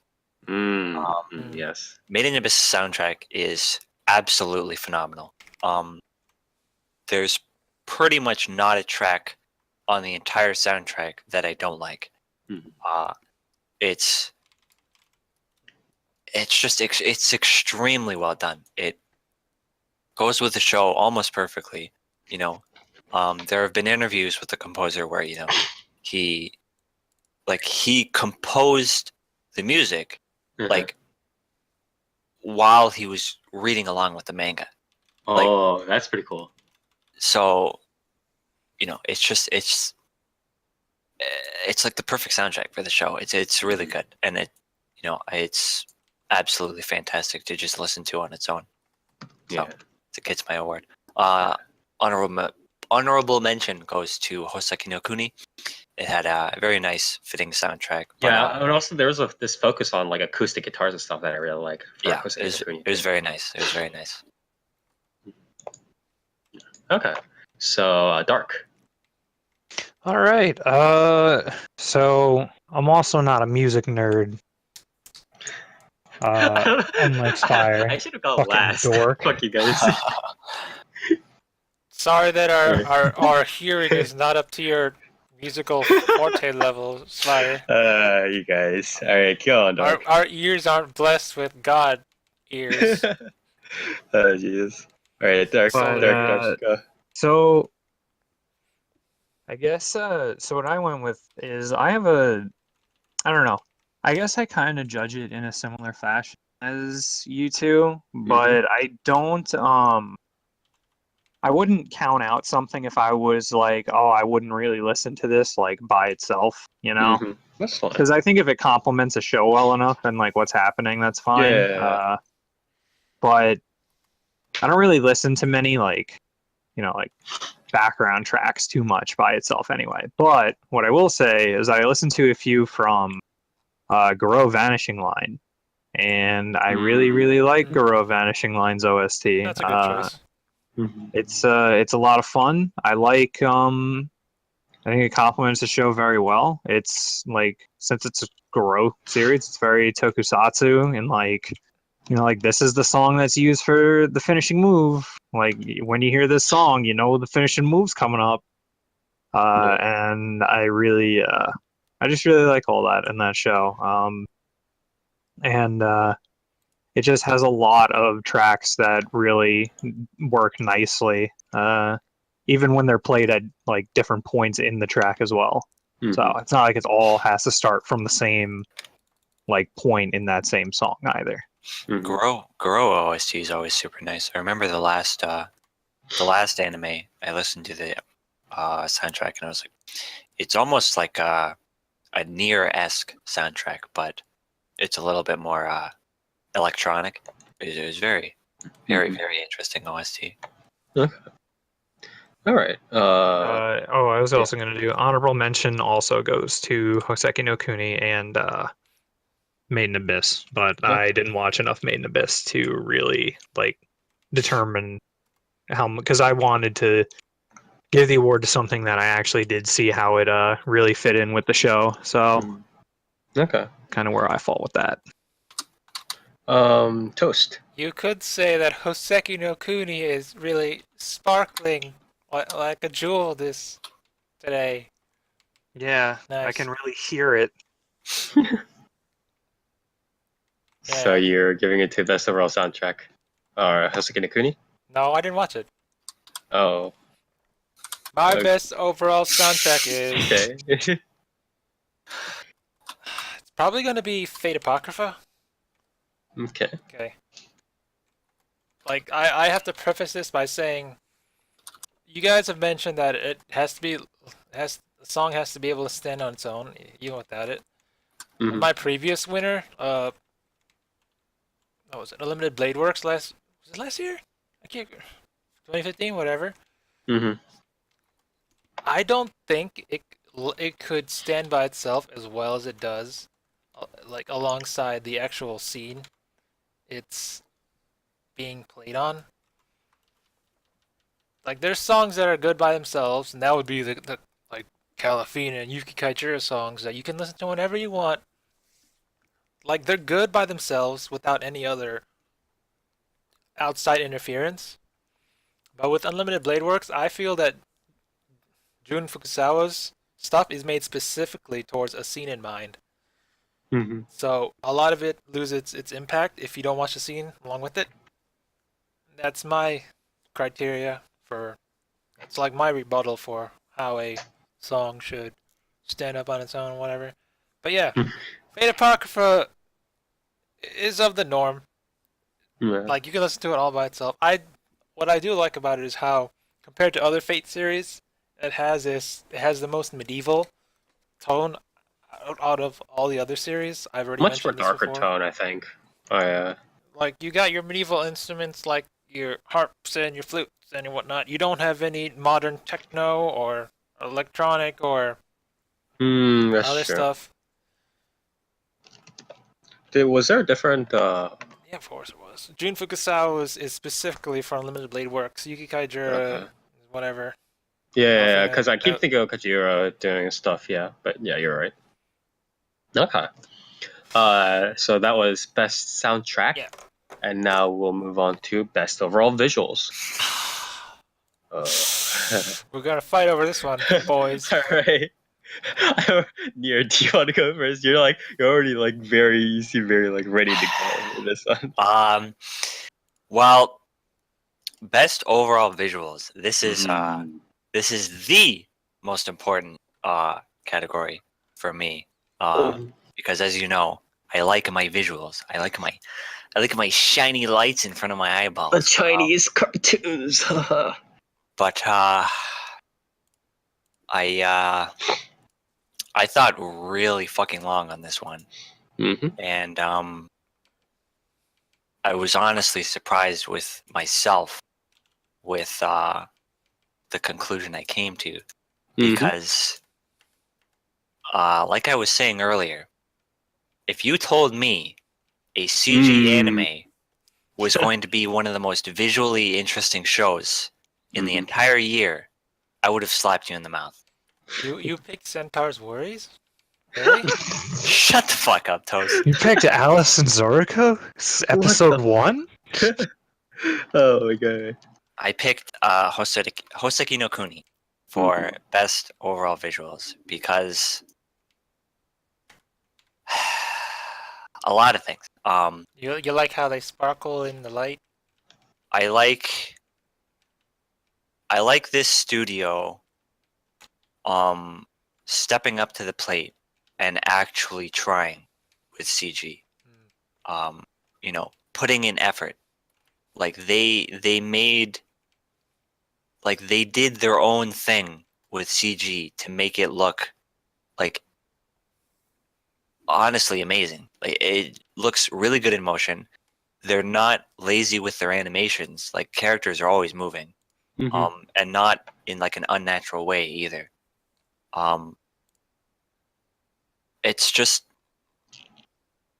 Hoseki no Kuni's visuals impressed me on pretty much every level, every episode. You know, whether it's the different textures for the gem hair to the human skin to when they break, you have the textured way of like you can see into like the gem part of their limbs and stuff that's broken.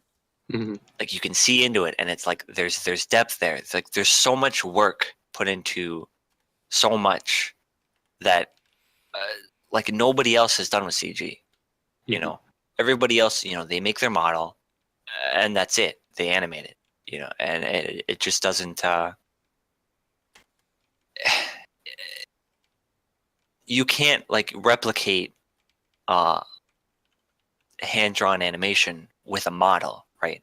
You have to do like what Hoseki no Kuni does, where they have their model, but they morph the model for every shot, so that way it looks proper, no matter like it looks proper with that camera angle specifically in mind, right?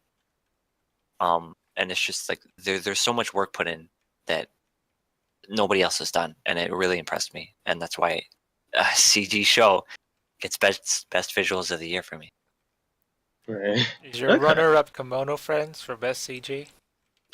No, Toast, it's not. Yeah. All right. I guess Dark. Wow. Guess what? Let's Also go. Hoseki no Kuni. For pretty much the same reasons as Nier, but also I think like even with not without the CG, but not even just the CG in particular, there was a lot in that show where I was just like really just taken aback because it stood out to me a lot. In particular, there's an episode where it's like winter and it's snowing, and then they go into hibernation. A lot of the gem people, but that should like what that episode features is it features a lot of whites and off whites and like blue whites, but it's not visually boring. So I think like in that sense, like a lot of the show's color, I want to say like was it color grading? I should probably know the Color terminology, but gradient.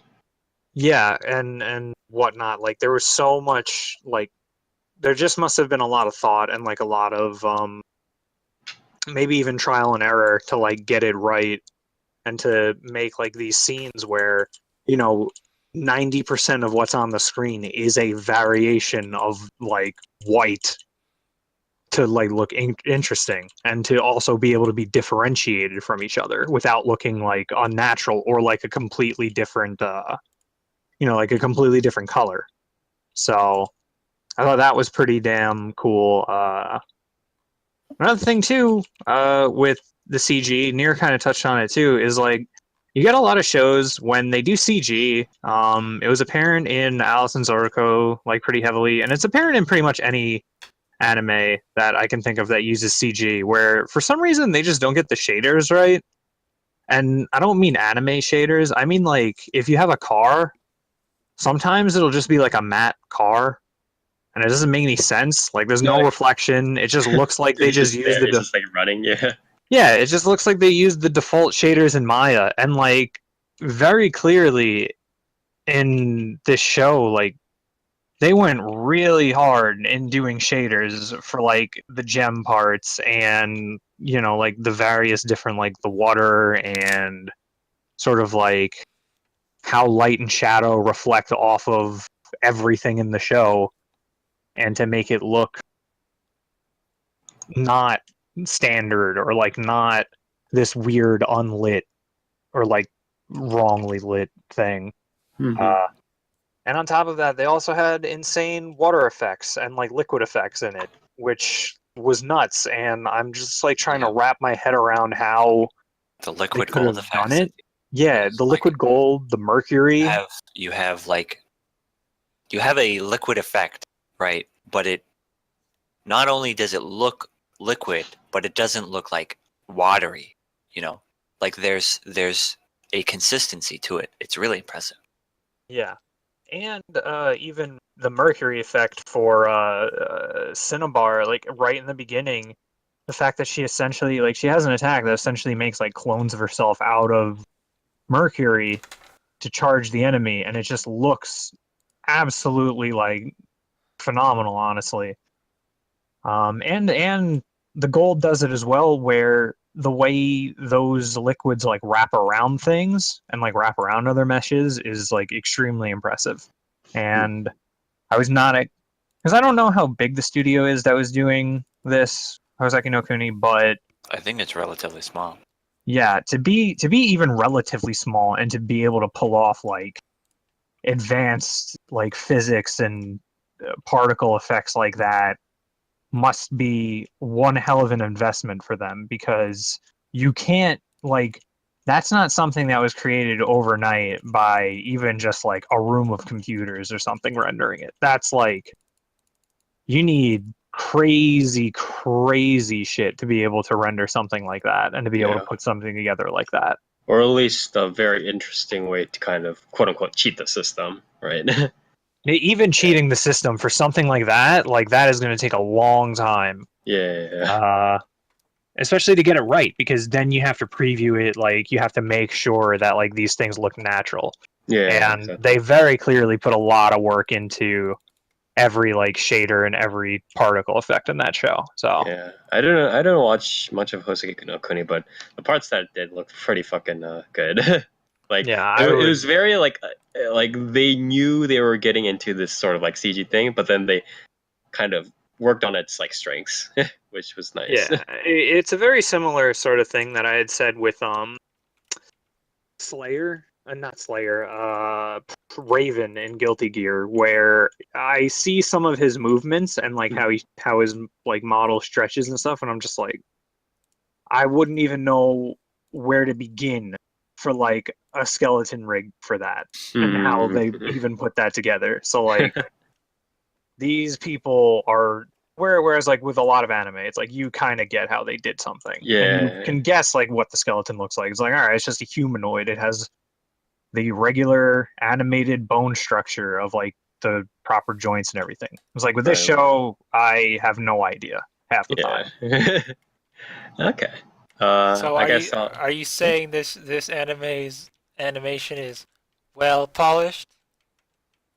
Yeah. Shut up. God damn it.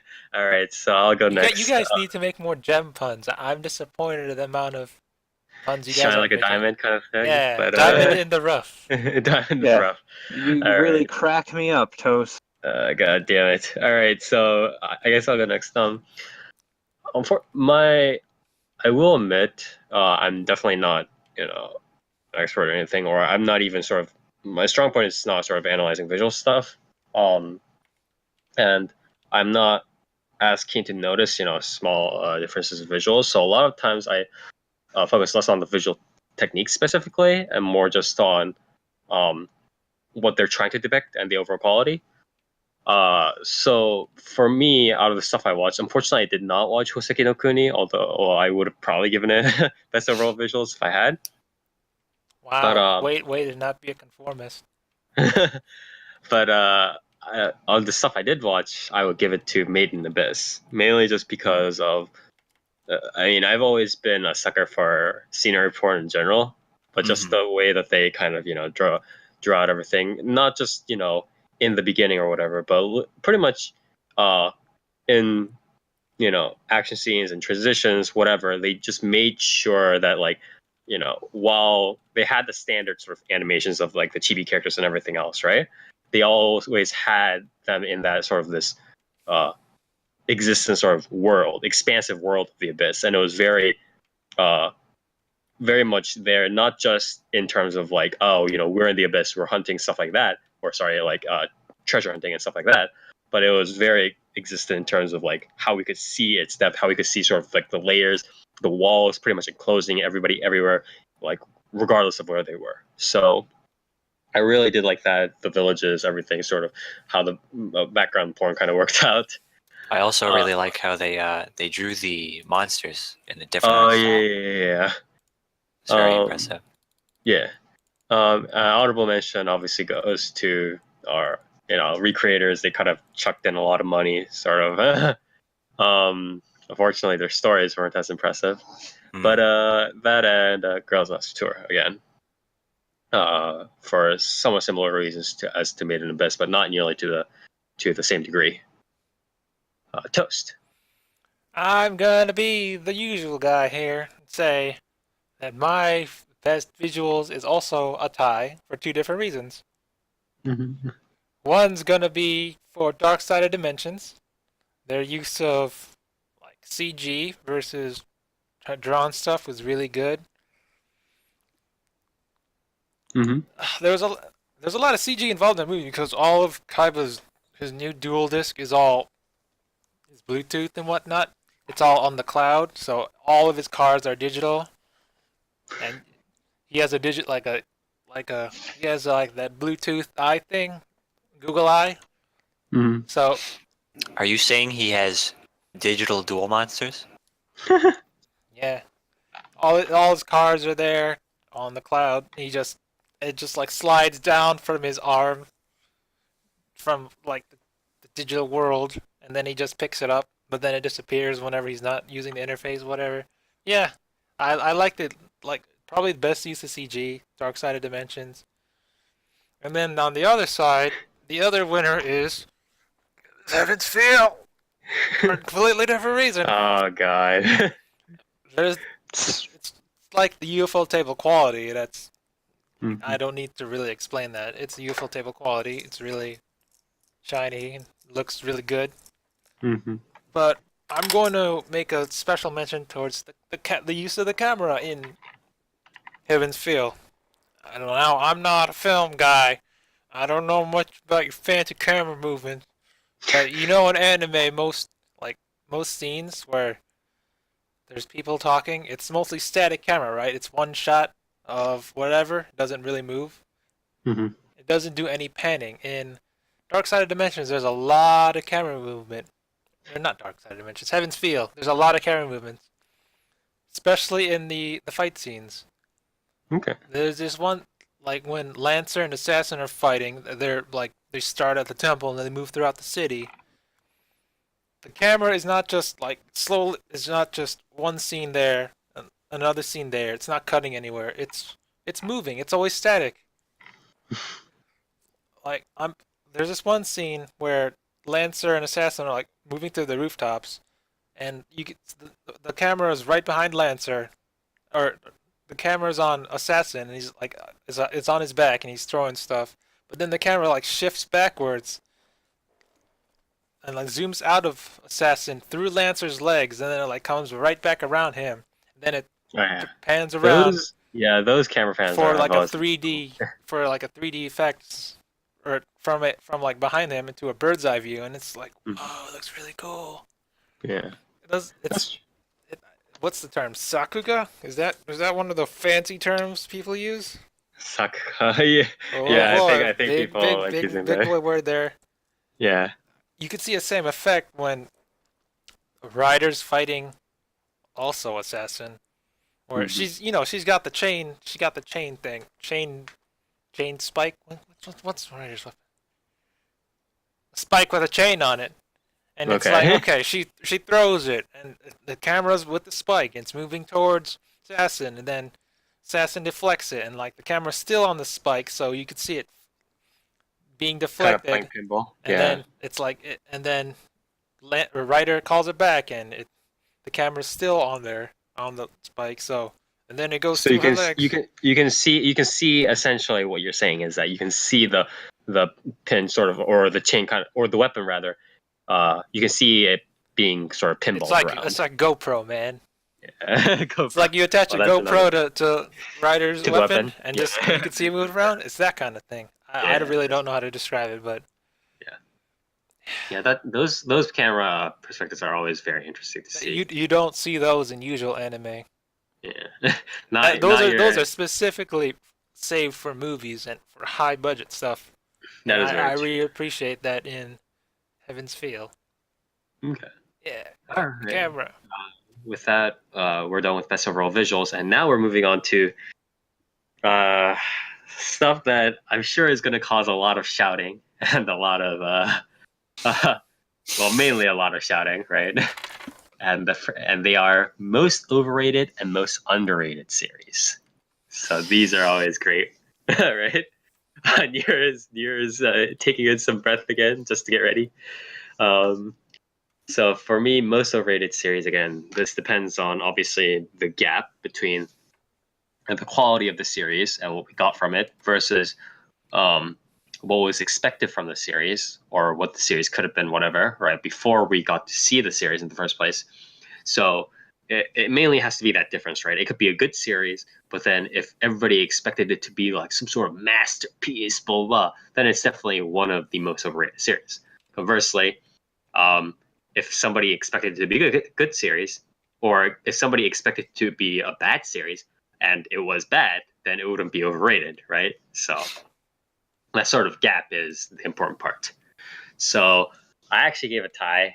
This year was the year of the hey, look at me, I'm a nerd too kind of bullshit series going on a lot of these times. And so it was a tie between Himoto Umaru-chan Season R, or Season 2, and Gamers. Oh, so boy. These two series, they kind of just pretended hey, look, I'm a gamer, and this is what gamers do. And then we also have some random slice of life or rom-com. Are you an otaku too? Yeah, it's very not only is it not really what it set out to do, it doesn't really deliver that package. It has the trivia, like there are like games that are like, oh, do you know Street Fighter, or like, oh, do you know the racing games, like stuff like that. But it doesn't really go anywhere near in depth like that. Do you know But it how to also do a mix-up on yeah Persona 4 Arena? 5? 3? yeah 4 Yeah, but like the yeah character doesn't even say that. No one like yeah. Do you know how to we do don't a even get guard them. block? Yeah, but but beyond that, it's just the fact that they also start falling off the rails, in terms of what their main story is. For instance, Himoto Umaru-chan becomes very formulaic later on, and Gamers becomes very much of a rom-com drama fuckfest in If you terms of don't how believe it Tendo is. and Amano is the best couple this year, then why are you Then you even living? can, why just go kill yourself. I don't even know who those are. Yeah, and you already hate them. But the point is that a lot of people were just like, "Wow, that's so me," blah blah blah. I'm just like, no, not really. So this is I definitely too the story. turn into a chibi when I come home from Go school home, because yeah, I am the exactly, perfect student. yeah. This shows that I have a So, lazy side. so this definitely goes to Umaru-chan and Gamers definitely get most overrated series. Honorable mention goes to Classroom of the Elite. For With yes, the faces and the expressions. yeah. Oh It's no, that was it's Kakegurui. That was Kakegurui. oh oops. Yeah. Classroom of the Elite was a Bakuto test ripoff. That's the one with the guys like have dead all the time, and he's like, Yeah, "Whoa, yeah, that's and he's so like, I get me." 50, I get 50 on all my tests because I don't really want to try, or like I want to Yeah, be yeah. perfectly average. I was like, yeah, whatever. You're cool, So kid. yeah, so that's that. Near most overrated series, please. So I want to say I don't think this show I'm about to say is a bad show. Um, I didn't particularly care for it, but I don't think it's bad. However, the things people say about this show, is a little much, I think. And that show is Kobayashi. Yeah, it was coming down Those the are pipeline. fighting words near. Like It was coming down the pipeline, though. I couldn't understand Umaru and Gamers, but Kobayashi, those are fighting words. So we've had the Kiwani discussion before, right? Many times, yes. Several times over. And you know, every time a Kiwani show comes out, there's, I think, two big groups of people, and then there's another relatively smaller group of people. There's the one group that goes, "Oh, Kiwani show, probably fucking godlike. Yeah, I exactly. better suck its dick as hard as possible." Whoa, that's so me. There's another group that goes, "Kiwani show, probably shit. I'm not even gonna watch it, but I'm gonna Right. fucking post about it anyway." Mhm.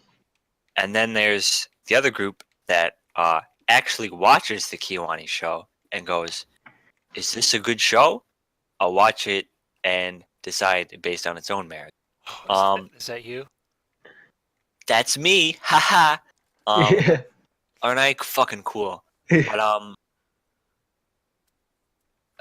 when I was watching, when Kobayashi got announced, Mhm. I was cautiously optimistic. Yeah, I think everybody was, because it's like the people who read it were just like, "Oh, this is quite a nice series," and it's like a Yonkoma, so it's not like I think yeah, it was a Yonkoma, right? It's more So like it's not like Kyoto Animation's taking this. What? That's weird. Yeah. that's true. When it was announced, I was unsure about Kiwani being the ones doing it. It didn't seem like the most fitting of choices, but I was cautiously optimistic because Kiwani's a pretty good studio and they do good work. But then it came out and I watched it, and I watched quite a few episodes. I think I got about 5 episodes in, Mhm. and I was very disappointed. More specifically with what? I mean, mostly the visuals, right? Mhm. Kiwani's always, supposed to be top of the line visuals. They're always Very supposed to much. be really, really wowing people with What their they can do. scenery, Exactly. their the landscapes, their framing, especially. They have really fucking good framing. Just look at Hyoka. But there was none of that in Kobayashi, and I mean, to an extent, I kind of understood it. It's a comedy series, and the manga has a very, very simple art style. But the entire time I was watching it, I was like, there could be so much more here. Like this show could be a lot more just visually, and there, it wasn't, and people were still like, "Yo, best anime of the year, haha, fucking." Fat lolly thighs XD like Or whatever that one noise is. yeah I don't know I I get that Kobayashi's a good show. Like I enjoyed watching it. It was Yeah, I think plot wise there were some weird truncations, but other than that, it was pretty like it was straight up just the adaptation, right? yeah. Like, do you think another anime series would have done the same thing that KyoAni did with this? Do another studio? Yeah. Like, do you think this is not KyoAni's best work, that they took this specifically because they knew it would be easy pickings? They didn't try Well, really I hard on mean it? that's my problem with it is that they didn't try. Like they just fucking shit it out. Like I feel like if any other studio did this, they could have done the same amount of work. Yeah. That's my biggest problem with Kobayashi is it's not standout in any way. It doesn't like there's nothing that Kiwani There's no KyoAni like charm to it. yeah, there's nothing specific to Kiwani about it. Like it's just a decent show, you know. There's no impressive framing, there's no impressive landscapes, there's no they don't have the fucking Kiwani lens flare. Like there's nothing there. Like any other studio could have fucking taken this. Like Silverlink could have taken Kobayashi, and it would have looked pretty much the same. And I don't know why everybody's like, "Whoa, Kiwani fucking knocked it out of the park with Kobayashi. What a good studio!" And it's like they didn't even try. Yeah, it was very sort of a I don't want to put down another studio, but it was very JC staff level. It's just get it out there, Yeah. just kind of run I it see through what you the mean. blender. Yeah. It represented the art style of Kobayashi, but it didn't go beyond. It And I didn't think that was the represent thing. KyoAni style either. Yeah, exactly. Yeah. And I think Nier obviously knows that, and we all know that, but it's just like we're always expecting more from KyoAni because that's how high standards, that's how quality standards should be. Yeah, it was. Yeah, I think what happened was a lot of people saw Kobayashi, like the story and how it kind of gelled together, and then they were like, "This is what KyoAni has done," which is not necessarily the case. Like Kobayashi as like a story and as like a general franchise, and it's like unique style has a charm on its own, but KyoAni wasn't like, "Yeah, we made Kobayashi." That's not what happened. Kobayashi was mainly like a cult hit. It was naturally, charismatically like popular before this, right? Yeah. And then KyoAni adapted it into animation. There's a difference, right? So it was unfortunate that Kobayashi was sort of a stepping stone to more free movies and eventually Violet Evergarden, but so Yeah, that's it for me. yeah, okay, Dark. So this is most overrated, right? Just to make sure. Okay, so mine was Recreators. Are you sure? It's an instant classic, even though It's the classic. Literally, Yeah, the moment you laid eyes on it. people were literally not making any fucking sense with the words that were coming out of their mouth over this show. Like an instant classic. Like, is this an instant classic? What the fuck does that mean? It's not a classic. It's not old. There's no age to it. It's not even like 3 episodes are out, and people are like, an instant masterpiece. Like An literally, the instant moment you watch it, you're like, "Oh, it's a masterpiece. Got him." Oh Jesus. so that was pretty much the big thing. The show is unremarkable, save for its audio visuals. Like, its story is fucking garbage. Its characters are very bad. Like, there are some characters that are good, and the character designs are pretty alright, but the actual, like, characters themselves have pretty much no growth the entire show. And it's just How like, can they it's just grow if their boring. creator didn't write it in? Haha. Yeah, it's almost like that was like a thing that they bring up and then completely drop immediately and don't go into it any further. And characters also make decisions that don't make any sense. And that's another thing too that the show does as well, which is really fun. It introduces trivia about making anime and writing and stuff like that, and then it completely drops the ball on all of those in That's the itself. biggest thing. It's like it starts with a very greedy premise, but something that could be done with that much money and that much sort of production staff behind the line. Although it was a little bit shaky because we heard that it was Troika, aka the Aldnoah Zero team, right? And people were like, but like they were willing to give another chance. I wasn't personally willing to give them that much chance, but like most people were willing to give them that a lot of chance, right? And then this happened. Yeah. Oh, I mean, like, my thing is that, like, in the show itself, they introduce things. They'll be like, okay, here's like trivia about writing, and like, this is how you like, establish a character, and this is how you make it. I don't want to say like this because I don't think they ever really were like, this is how you make it good. But they'll be like, oh, these are like common mistakes in writing in anime, and like tropes that we shouldn't do and stuff like that, and like you shouldn't do. And then they do them themselves, and I'm like, this isn't a meta commentary. You're just fucking stupid. Like, you're just not doing this right. Like, this is like, what the fuck? Like, how are you gonna The say? thing is, they were trying to be meta, but the level of philosophy that they were in, it's like they were like the kids that are like flunking school taking a philosophy class for the first time. Like they were just like so out of their depth in talking about stuff. Yeah, well, that's what I'm saying. Like, they would try and like say these like things that are like deep analysis of things, and then they wouldn't follow anything through themselves anyway. So it's like, how? Like, they'll be like, oh, like these characters that we wrote, they're super established, and we can't change them because the public needs to, have like the public is the one that needs to accept the change for it to go through. But then I'm sitting there, I'm like, yeah, but like every single character you introduce here is nothing. Exactly. Like, you've introduced like 7 characters and we don't know a damn thing about them, and we haven't been given any reason to care about them. And also the driving force behind them, like the ending of the world and stuff like that.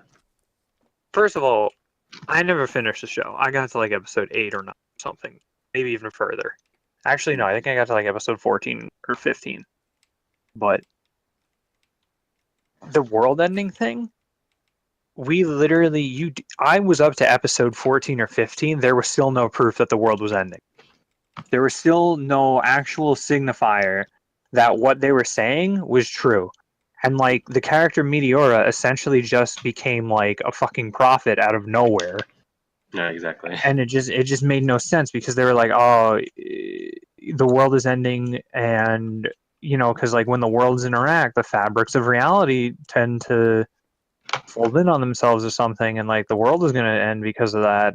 But there was never any sort of like disaster that showed that. The only thing that happened was that characters retained their superpowers from the series they were from. But that doesn't mean that the world is ending. Like, so that was like really one of the biggest gripes, because then the show itself just turned into everyone listening to a character that was from a fucking video game. And for all intents and purposes should know nothing about the world anyway.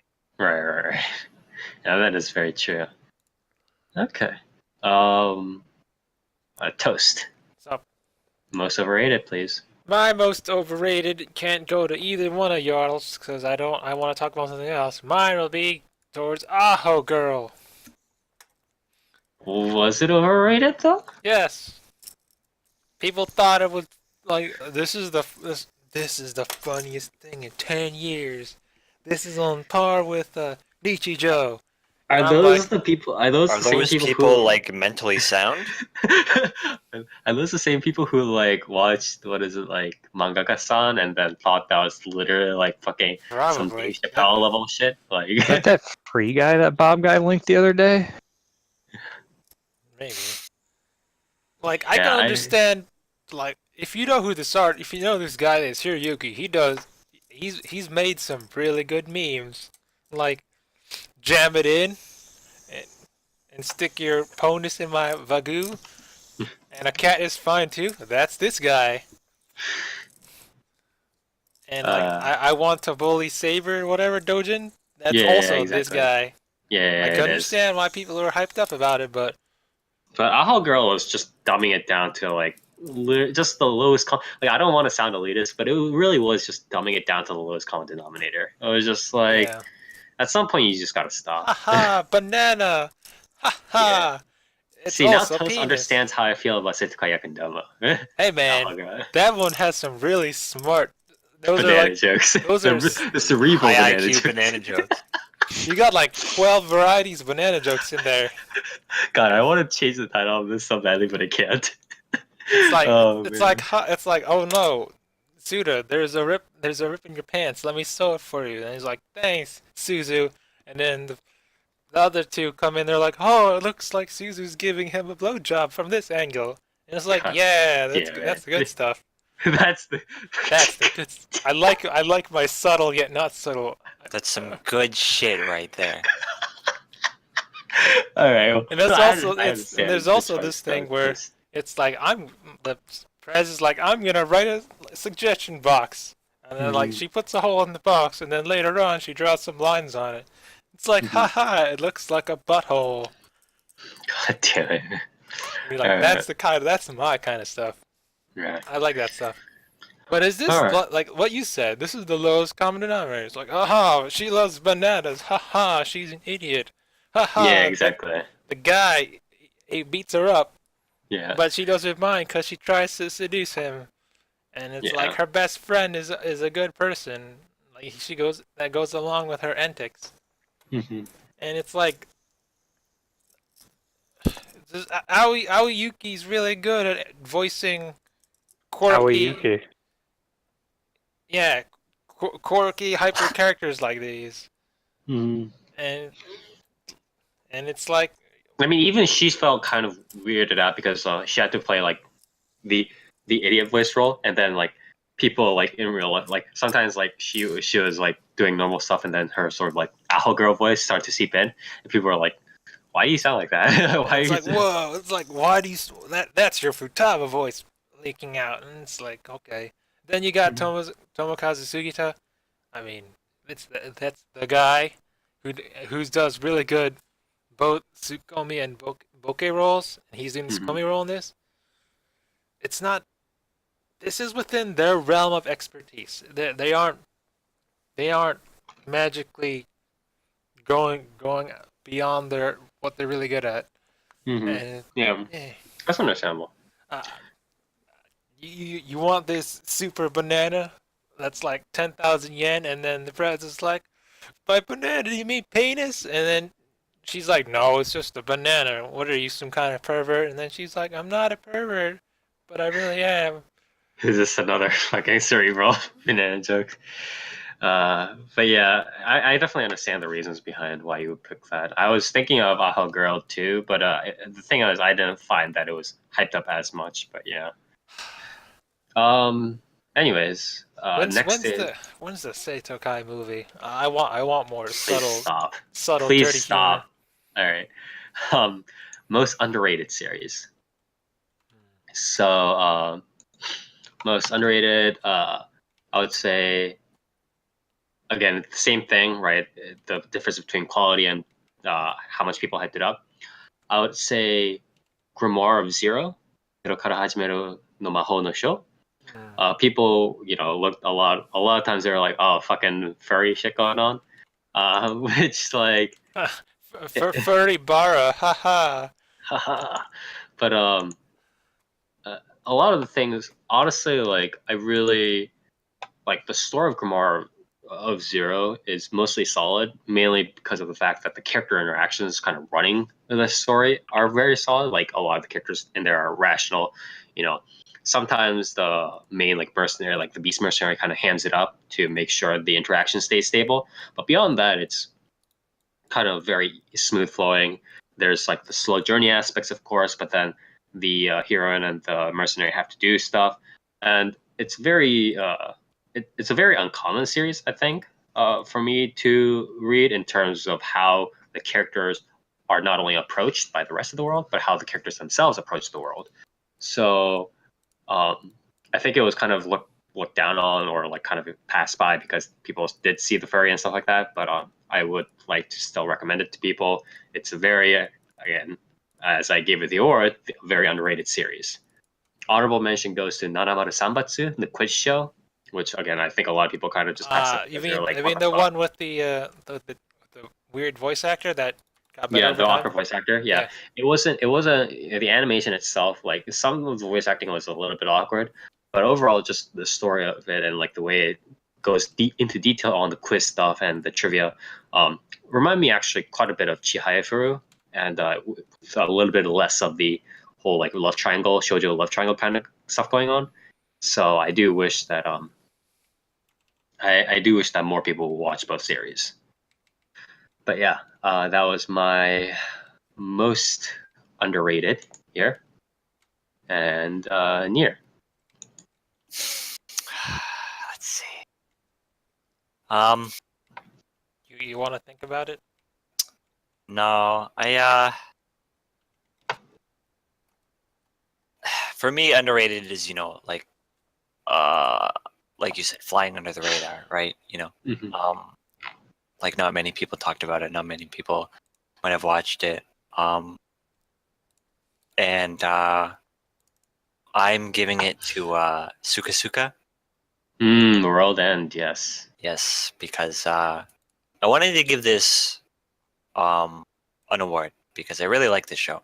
I think it did really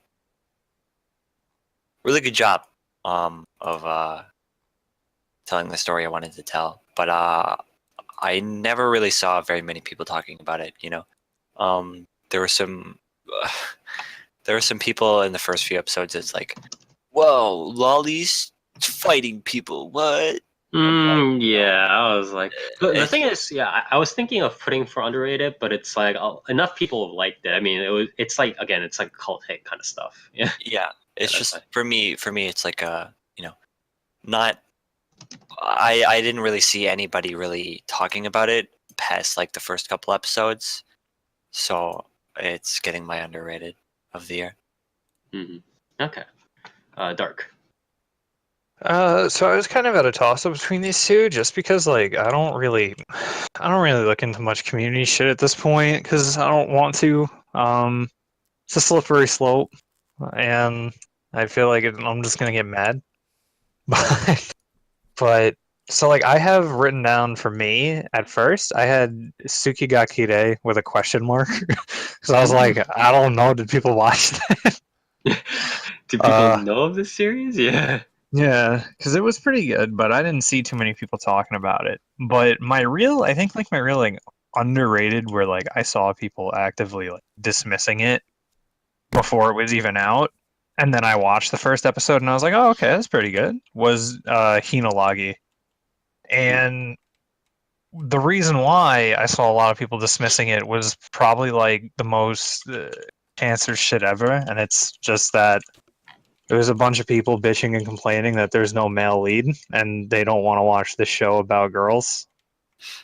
Yeah, who I'm likes like, wow. girls anyway? There's no male lead, dude. Where's the fucking characters from the original Luck and Logic? Like, Where's my Kirito?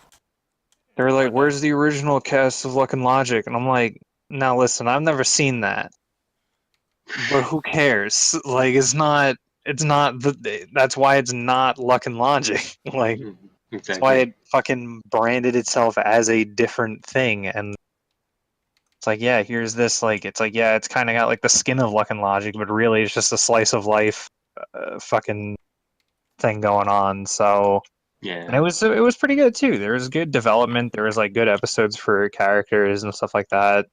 When it did have action, it was pretty fun. And had really, really like nice transformation scenes as it should. But on pretty much like everywhere I look, well, not everywhere I looked, but in the few places that I looked, there was a lot of people complaining that like, this isn't Luck and Logic. It doesn't have the male lead from Luck and Logic in it. I was like, well, it's because it's not Luck and Logic, my man. Yeah. Okay. Toast. Underrated, please.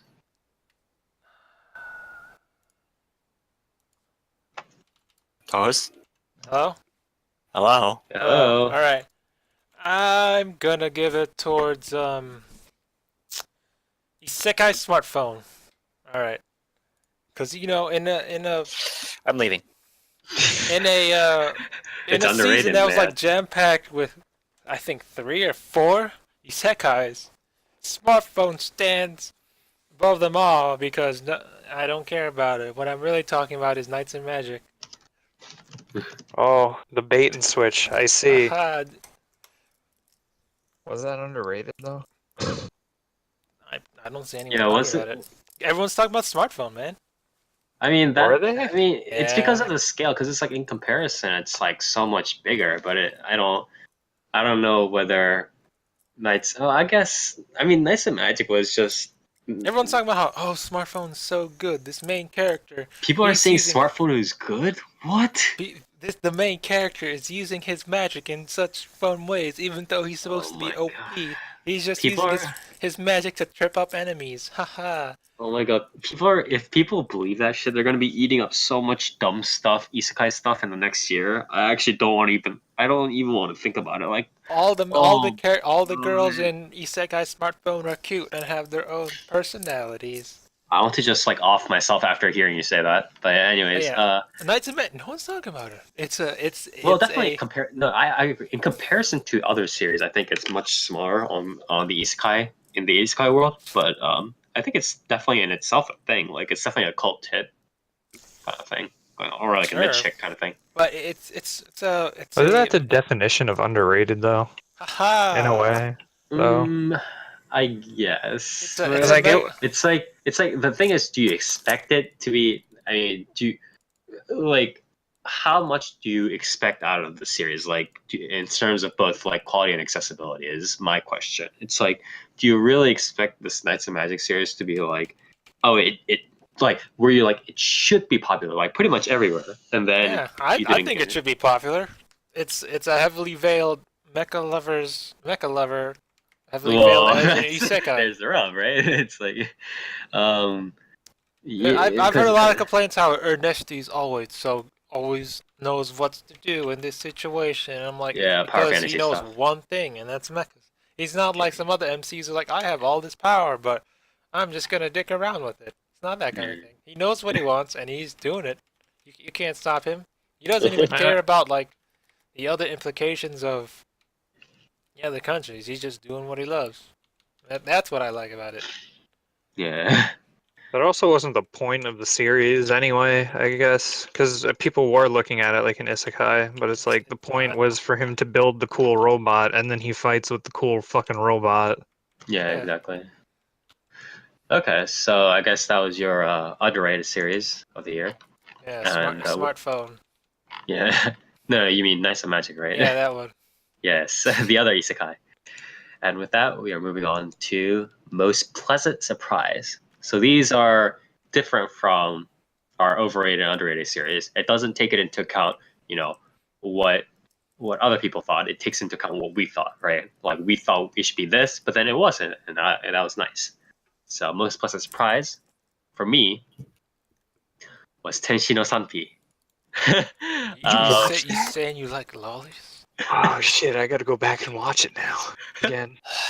Well, Byers' best anime of the year. Shut up. This is gonna be another. This is on the same level as Sakura Kiss? What's it called? You know what I'm Sakura talking about. Trick. Sakura Trick. So the reason why I said this again, as I said, it's the difference between me, coming in and being like, yeah, this is another fucking garbage ass whatever series, and then the difference, and then afterwards, after going through, I'm like, oh, this isn't too bad.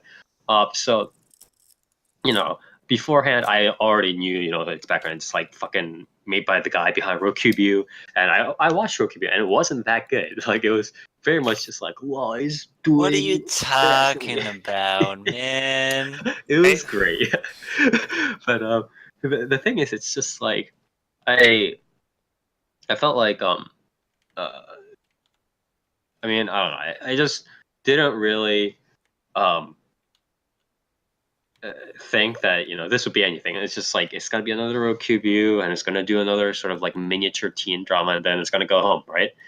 But then I started going into it, and then the male character was a little bit more developed, a bit sort of not out there, but it's developed because they're lollies.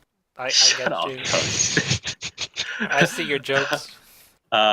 So going through his troubles, but they weren't like, oh, I was just like completely like blah blah blah. It was more like it was an interesting sort of case of how he reacted to a slight bullying scenario, and then how he developed later with his talents, and then how he wants to interact with these girls slash lollies that he wants to kind of make a band with. So the level of interaction that it pulled out, the level of sort of the cast that was pulled in and started to do character development with surprised me, especially coming from the person who did Rokubu. So it was definitely not something I expected coming into Tension Asapi, where I was just coming out and was like, yeah, how degenerate is this going to be? I guess I'm watching it because I watched Rokubu, and then I was like, oh, this isn't actually that bad, like in terms of how the characters worked out. And so that was my most pleasant surprise of 2017. The best anime of the year. Shut the fuck up. Honorable mention goes to Netoju no Susume. For similar reasons, I thought it was going to just do a love triangle and then go home.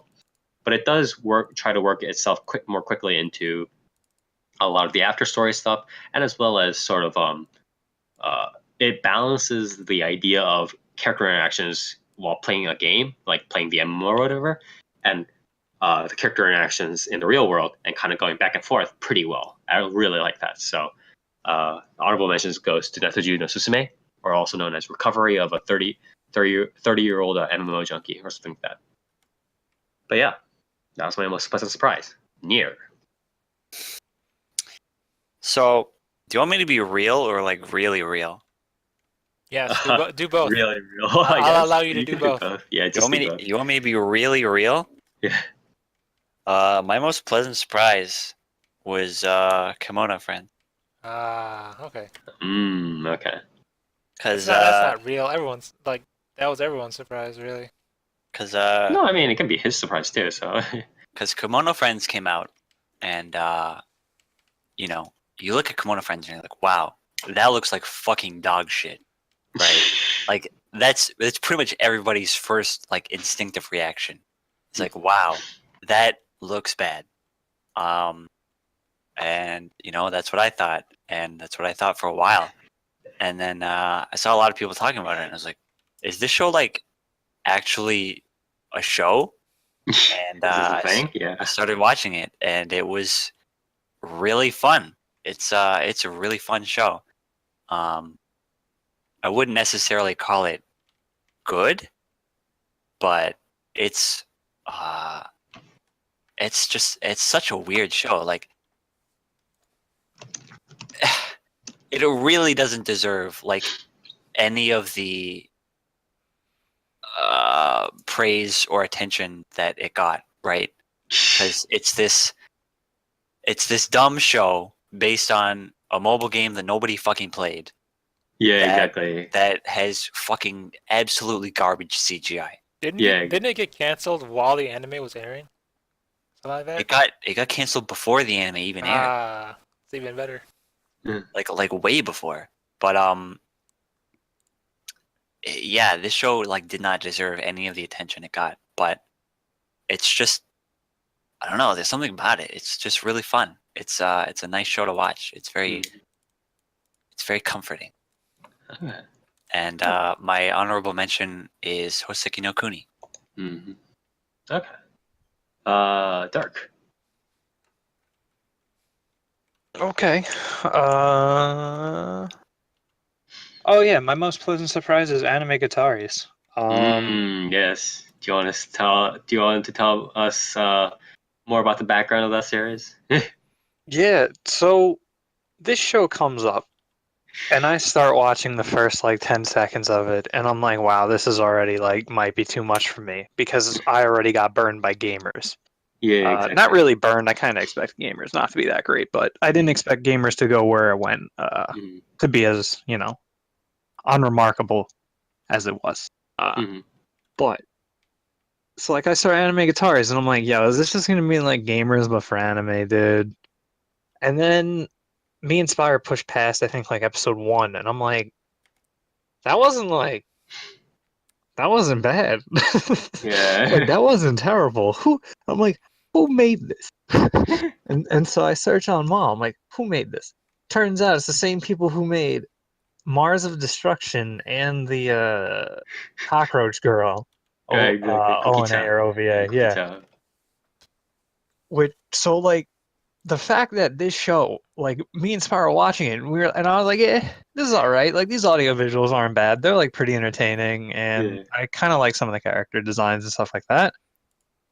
And I was like, yeah, this is pretty standard. Like nothing stood out to me of like being bad for the animation.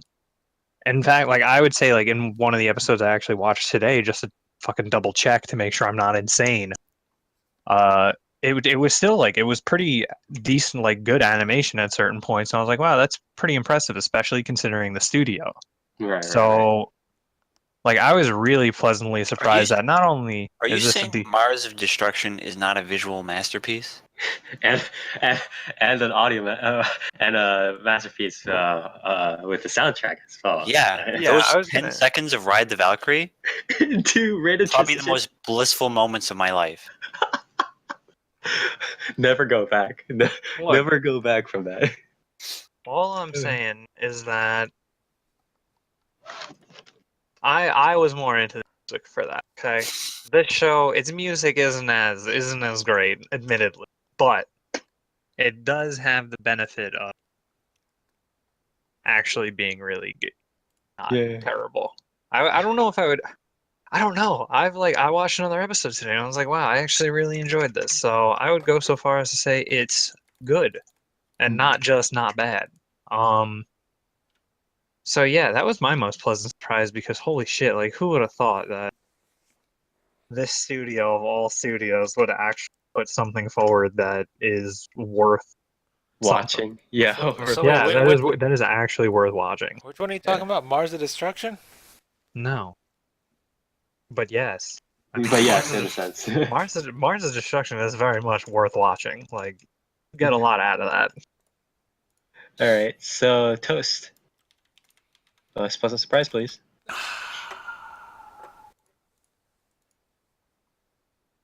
This one's a hard one for me because when I watch series, I have a general idea of what I want to watch. And I'm usually not, like 99% of the time, I'm not wrong. Or either that or I don't have, and my standards are so low that usually everything is a positive for me. Mm-hmm. Like even Evil or Live, that just sucks. But I was like, I don't expect this show to be good, and I wasn't blown away by it. Yeah. But for So me, nothing? it's gonna be Love Tyrant. Right, Bokun. Yeah. Mhm.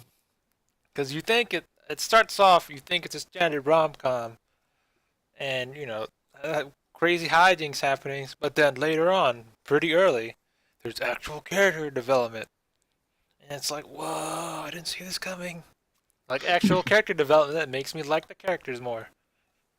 And I'm like, huh, I did not expect this from a cash grab, not nisekoi series. Mm-hmm. And I'm like, and yeah, I don't want to talk about like which character, but it was good. I liked it. And then Okay. it makes me like the characters more. It became more down to earth. And the first couple episodes, you're moving lightning fast. It's like, here, this dude hooked up with this chick, and then we're gonna add 3 or 4 more. And I'm like, you're going way too fast. But after that, it grinds down to a screeching halt. Then we're gonna give character development to this one, we're gonna slowly advance our relationship with this character, and then again with this character. It's like, why did you start this fast and then slam the brakes, and now you're getting to the good stuff? What?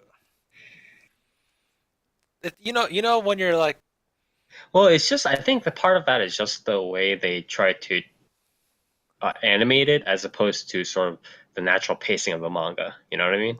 yeah, Yeah, maybe. it was very. It's just very unfortunate that it happened that way. But I mean, it's still good. I'd recommend people to watch it. But Yeah. it's like, Read when it, you're read it rather. sure, read it. Yeah. When you're eating a pizza and it's like you start, if you're some weirdo and you start at the crust, Mhm. and you're like, I'm gonna eat at the crust and to get to the good part, which is the center, and it's like someone punched you in the face halfway through, and you're like, slow down, you idiot. There's another way to eat this pizza, and then they turn it around for you, and you're like, oh, I can actually eat the pizza from the tip. You know Yeah. you know what I'm talking about? No. Sort of. I'm trying to like. The analogy went a little bit too far, I think.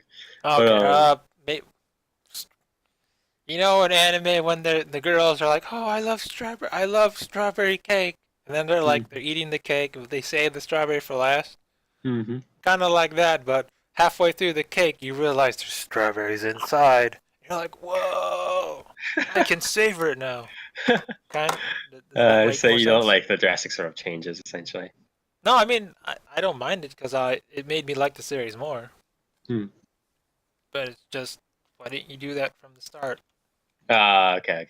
I get that. Yeah. Like, slow. You're in fifth. You're in initial D fifth stage. You start from at least third or fourth. Mm-hmm. Don't do that. Okay.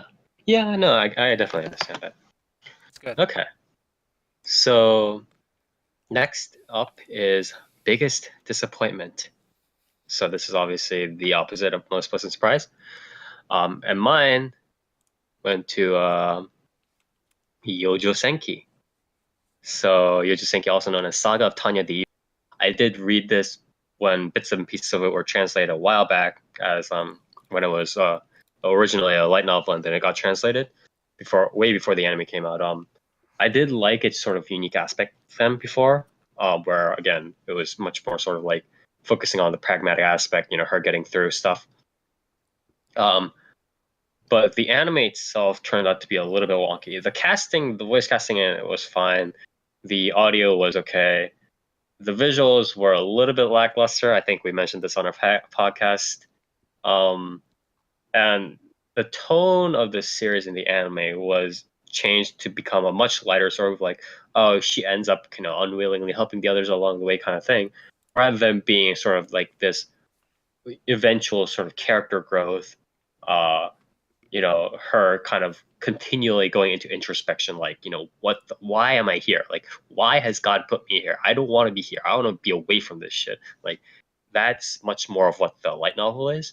And the anime tends to throw a lot of that away, or at least kind of go through that at a faster pace, which I don't like. So this set did end up being the biggest disappointment for me of the year. Honorable mention goes to Vatican. I just like one last thing I would like to add is just that if this was like much better made both in terms of visuals and in terms of how sort of it approaches the much more cold and pragmatic main character, I feel like this would have been a secret like sleeper hit, but it kind of didn't end up that way. Very unfortunate. Honorable mention does go to Vatican Miracle Examiner, which I thought again, what another unique premise, but one that kind of ended up being this really fucked up like mystery thing that wasn't really a mystery so much as just random stuff happened. And Konbini Karashi, which I thought would be a sort of more Tsurezure children kind of like parent kind of stuff, but it ended up being this very confusing shoujo series where like everybody was quote unquote trying to talk at the same time. Like they were always trying to be like, oh, this guy's interacting with this guy. But then as soon as, we're 5 seconds into this scene, this other guy is talking with the girl, and then the two girls are talking with each other. And like they're trying to mush all the interactions together. That was not very good. So honorable mentions for biggest disappointment go to those two. Nier. It's always me. It's always me. Ugh.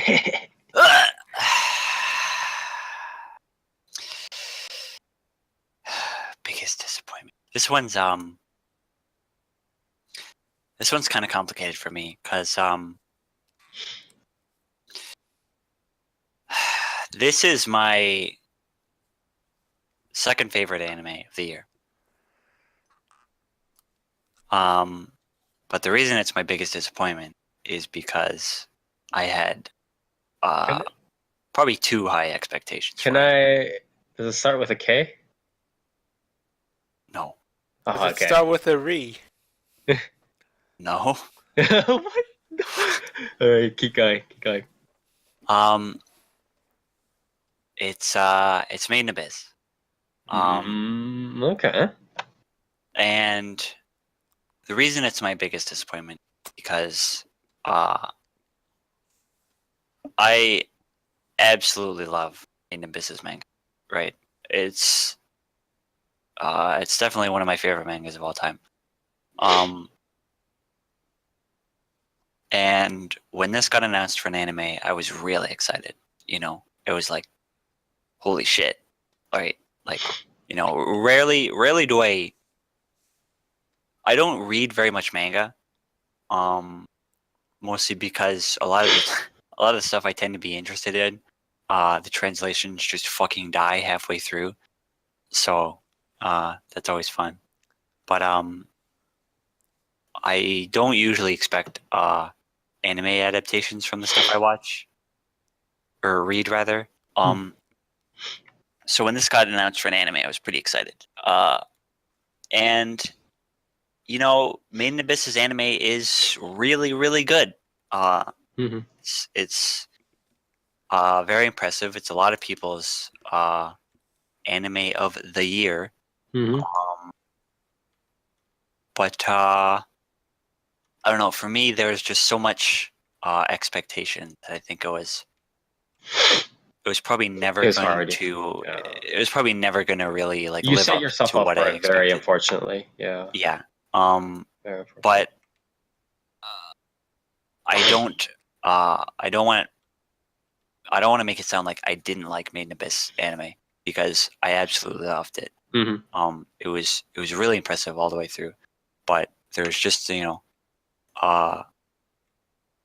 was just there's these few things. Made in Abyss's manga has a very, very unique style, and I think that's extremely hard to translate through like a moving format.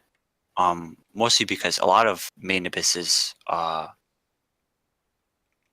a lot of the impressive stuff in Made in Abyss, the manga, is in the paneling. It's very impressive paneling. There's plenty of different shapes and uneven angles and stuff like that. And you can't really do that in an anime, right? Right. But it was just a lot of minor things, like I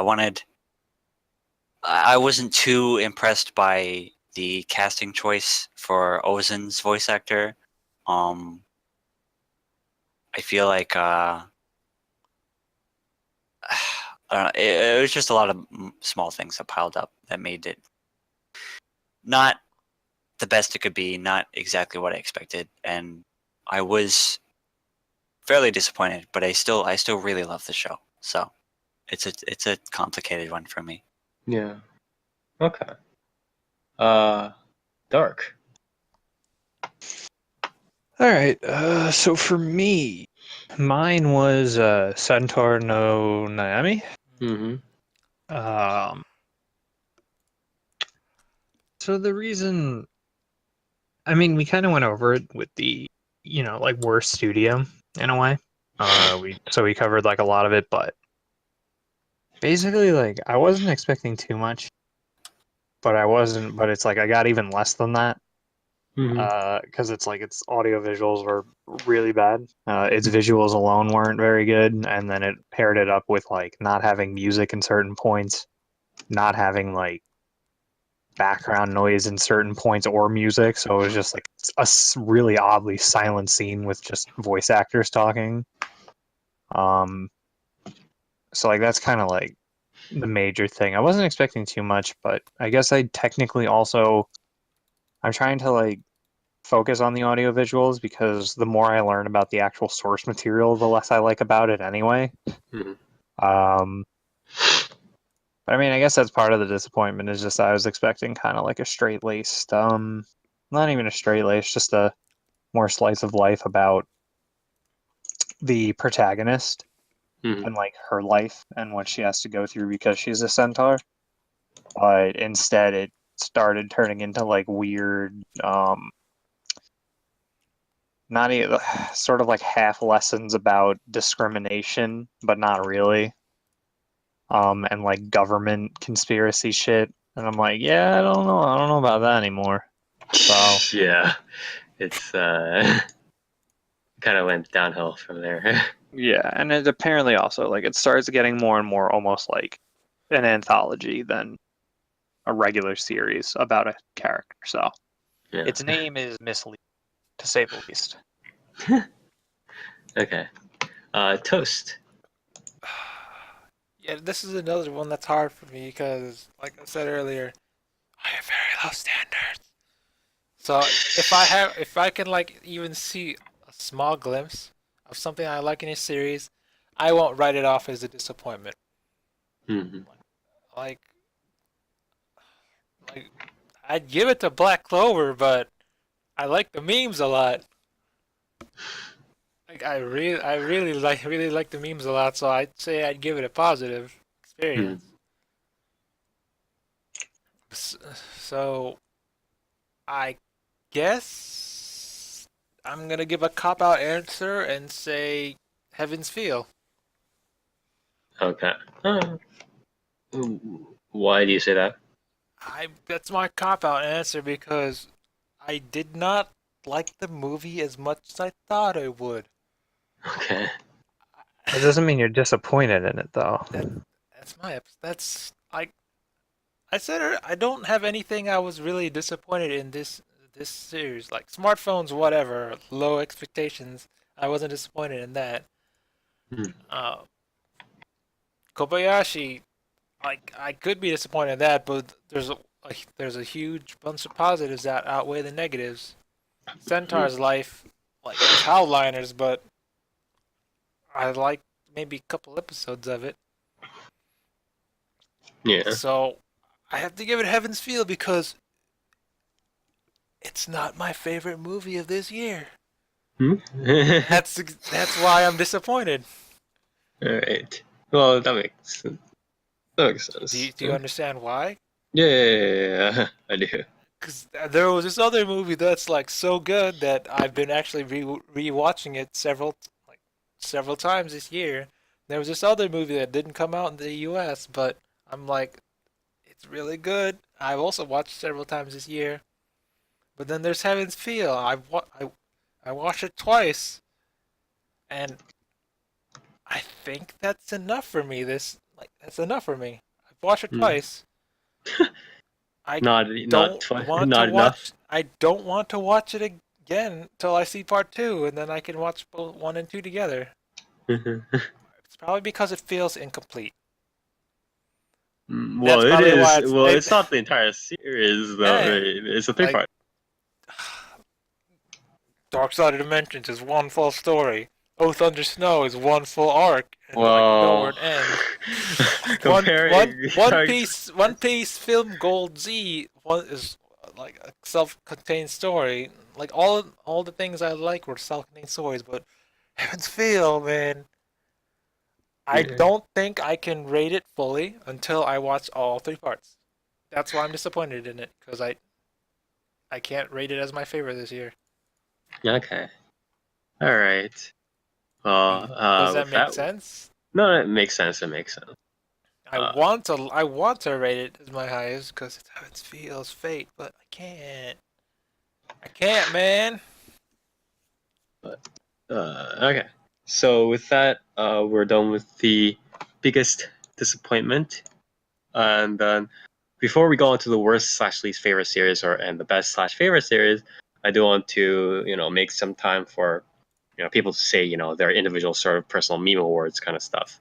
But unfortunately, I did not get to make my own awards this year. But I want to pass it off to the other guys here if they have their own sort of like little, cute awards that they want to give out. Starting with Nier.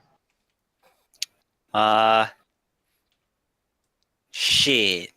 If you Best have it, waifu? Ozen. Nice. Oh my god. my best waifu, Astolfo. That's pretty good. So yeah, Nier. Whenever you're done, you can just pass it off to Dark. Dark was yours. Dark, pass it off. I don't have any other than that. Okay, Dark. What's my what? Any like Who's your personal best like awards? waifu? Waifu. Oh, fuck. I don't know. The Invisible Girl in Demi-chan was pretty dope. Oh, that's They pretty good. revealed Man, it. she's only in Pretty for good. like 30 seconds. Yeah, I know. No, She's a she's in the tease. whole episode, dude. She's in the whole Right. episode. Yeah, she's everywhere. She's Nice. always there. No, Yeah. no, they trip over her and shit. It's great. All right. Dark. Any personal awards? Yeah, I have two. Well, actually, no, I have three. Best spies goes to Princess Principal. Did you know they're spies? Because they are. Yeah, they fucking tell everybody. Fucking. Hey, that's mind games, dude. If you tell them you're a spy, maybe they think that you're not really a spy. Because like, why would a spy tell you that? that? Maybe I'm the spy. Maybe you're a spy. Shake my head. All right. Toast. Best. Oh wait, yeah. I got one more major one. Yeah, that's fine. Best series I couldn't watch because of Crunchyroll subs. Sode Zode Children seems great. I can't watch it. Fucking. And then All the best right. sequel to Naruto goes to Boruto. Shut up, dude. Toast. I got like 6. All right. So hold your britches here. Best movie, Dark Side of Dimensions. For reasons I stated earlier, it's good. Okay. I've watched it maybe 50 to 100 times this year, and I'm not stopping now. I really like the duels in that. Every duel I can put as my every duel between Yugi and Atem versus Kaiba I can put in my favorite fight scenes this year. Yeah. Dark Side of Dimensions beats out Heaven's Field this year. Yeah. Best fight scene. Every Atem versus Kaiba, Dark Side of Dimensions. And also Yugi versus Kaiba in Dark Side of Dimensions. They both had different decks, so it counts. They used different monsters, even though there were repeats like Dark Magician and Dark Magician Girl. Let's see. Best memes. Blend S opening. God damn it. I like that. I like that S memes. That's good. Also, my shout out goes to shout out Asta's VA. That's them some good memes also. All right. Best isekai goes to Knights and Magic because it's not an isekai.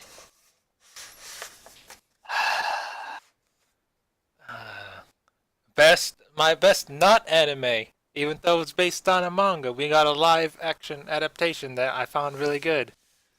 Goes to Kantaro, the Sweets Loving Salaryman. It's on Netflix. Go watch it. I recommended it to you. And what? My last one is best butt shot goes to Rin in Heaven's Feel. Because you guys seen UBW's Rin booty. It's like Cho high tier. The one in Heaven's Feel was even higher than that. I regret not taking. Now a I picture have to watch both it. times. Okay. And And you have more? I got a couple more. Do you want me to? Oh do one? my Go for it, fucking go for it. god! This is why I said like Go for it. This is a day to just let it all out. Let's best go. Chinese animation this year. That None. goes to The King's Avatar. That's like standout because it was good, even though it had really janky CG, fake CG. And best best manga that has not got an anime adaptation yet. Even if it's for my daughter, I will defeat the Demon King. I'm waiting on that one. I don't know if it'll end up being a good anime, but go on. It's and best best movie that I've seen with Chinese subs because there were no English subs. Oath Under Snow. What? These words are so weird. Alright. Best anime that I watched on December 12th. Like what? I'm done. Alright. So very interesting personal words coming through I mean, from Toast. I recommended some of them to you guys, but you're like, no.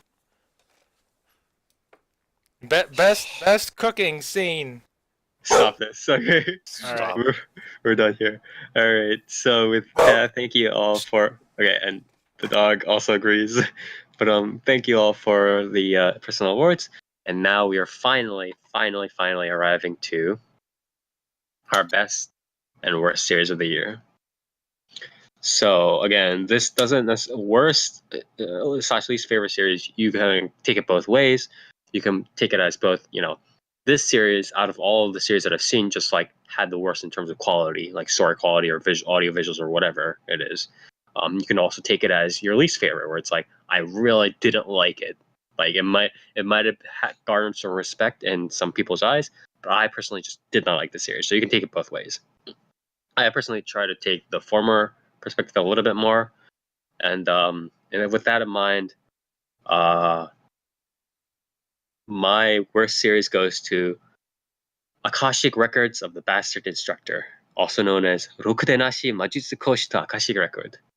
So, this like rom-com, what is it, like slight like harem series, just like, starts out doing the whole like power fantasy thing, right? It's like, oh, I have a powerless card, but in fact it's actually one of the most powerful cards, and I was a number one like killer before, but now I have these, now I'm like playing this, harem rom-com game with these academy girls at this like Academy of Magic, and which is not necessarily terrible in itself. I wouldn't say it's like it's more or less just like par for the course these days. But the way it just so much like flip flop, like doing the same stuff, will they, won't they? Oh, will the MC really go for me? Yeah, of course he'll save you. Or like, do you trust me, MC? It's like, yeah, sure, because I don't trust you. Blah blah blah. Like all this sort of like quote unquote betrayals and like this drama happening a lot of times is just either some willful amnesia shit, or it's just like super heavy railroading, or it's like so many like frustrating like amateur plot devices that this is fucking 2017. Like this sort of stuff should just not be in like really any story that has money thrown at it. Like I don't even want to read these kinds of stories like fucking buying shitty books at the airport, you know what I mean? Like much less seeing it in my Chinese cartoons. So for the author, I would say just cut it out with this shit. And like this is the sort of stuff that makes people really look down on just like the use of harem rom-com as a tool or as a genre sort of in anime. And this is the sort of stuff that makes it harder for me to sort of defend it as a tool in and of itself.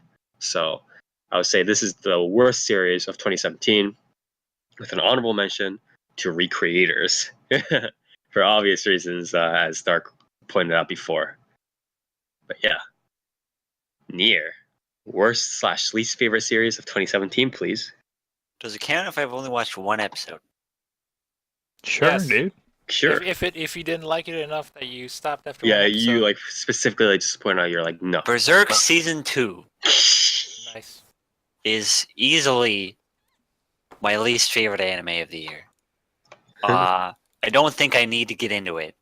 But it actually makes me physically sick watching it. So I fucking hate that shit. You I like don't- that beer? I don't want to do this again because I feel like it's like Beating a copping dead out. horse. Yeah.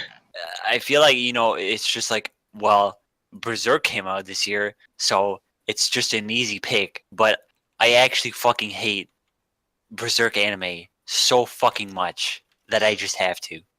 Yeah. Okay. So, with that, we will move on to then Dark.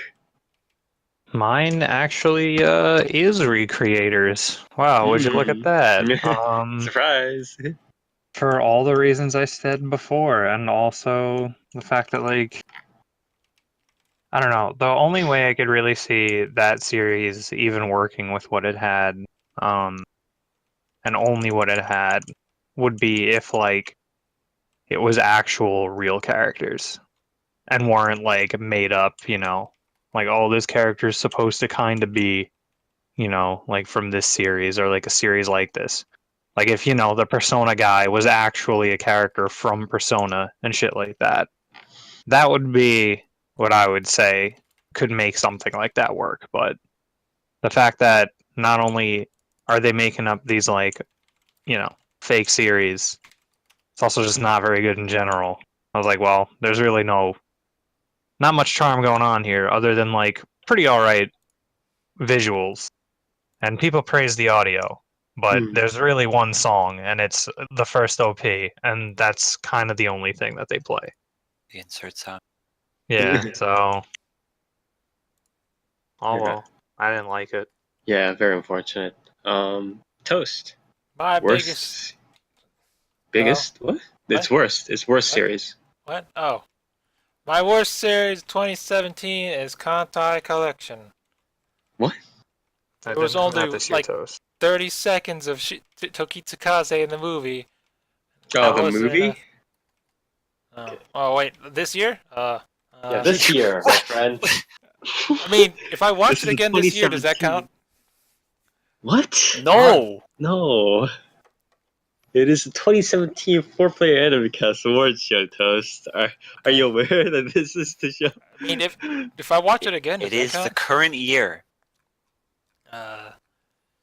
Mine goes to Tale of the Demons and Gods, the Chinese animation. It looks bad. It's bad. It smells bad. It tastes bad. It assaults all 5 of my senses. It looks like the Finger Family. I'll allow it. It's pretty good. I didn't expect much from Chinese Naruto, but I did not I at least expected something like the King's Avatar. That's some good Chinese. King's Chinese Avatar put a anime. little bit of elbow grease into it for sure, yeah. I don't want this even worse than Code Lyoko level CG anime in my How dare you? in my brain. Mm-hmm. Yeah, Okay. Tales of Demons and Gods. Okay. So that leads us to the final category, which is the best/favorite series of the year. Again, I mean, I don't think I really need to say What much. constitutes your favorite, Spire? So a lot of it's very hard to kind of just quickly kind of describe it and also kind of rank it, prioritize what I like. But it's obviously, audiovisual quality has to be solid, the story has to be solid, but it's also that how do I say it? It has to the anime has to be solid, not just story, not just the original. There are plenty of original stories that are quite good, but the animation, the anime itself, the package it is delivering, the pace at which it delivers as the anime, not the story, just like truncating it, whatever, but the anime within 12 episodes or within 11 or 22 or 26 plus OVA or whatever it is, has to be well done. Furthermore, it has to know what it's doing and deliver a balance of, whatever it's delivering right on time. So if it's a fan service focused series, it needs to focus on, and it wants to deliver good fan service, it better deliver good fan service and deliver it well on time and not just wander off into random drama or random action adventure or whatever it wants to do. But if it does, it better make that transition good.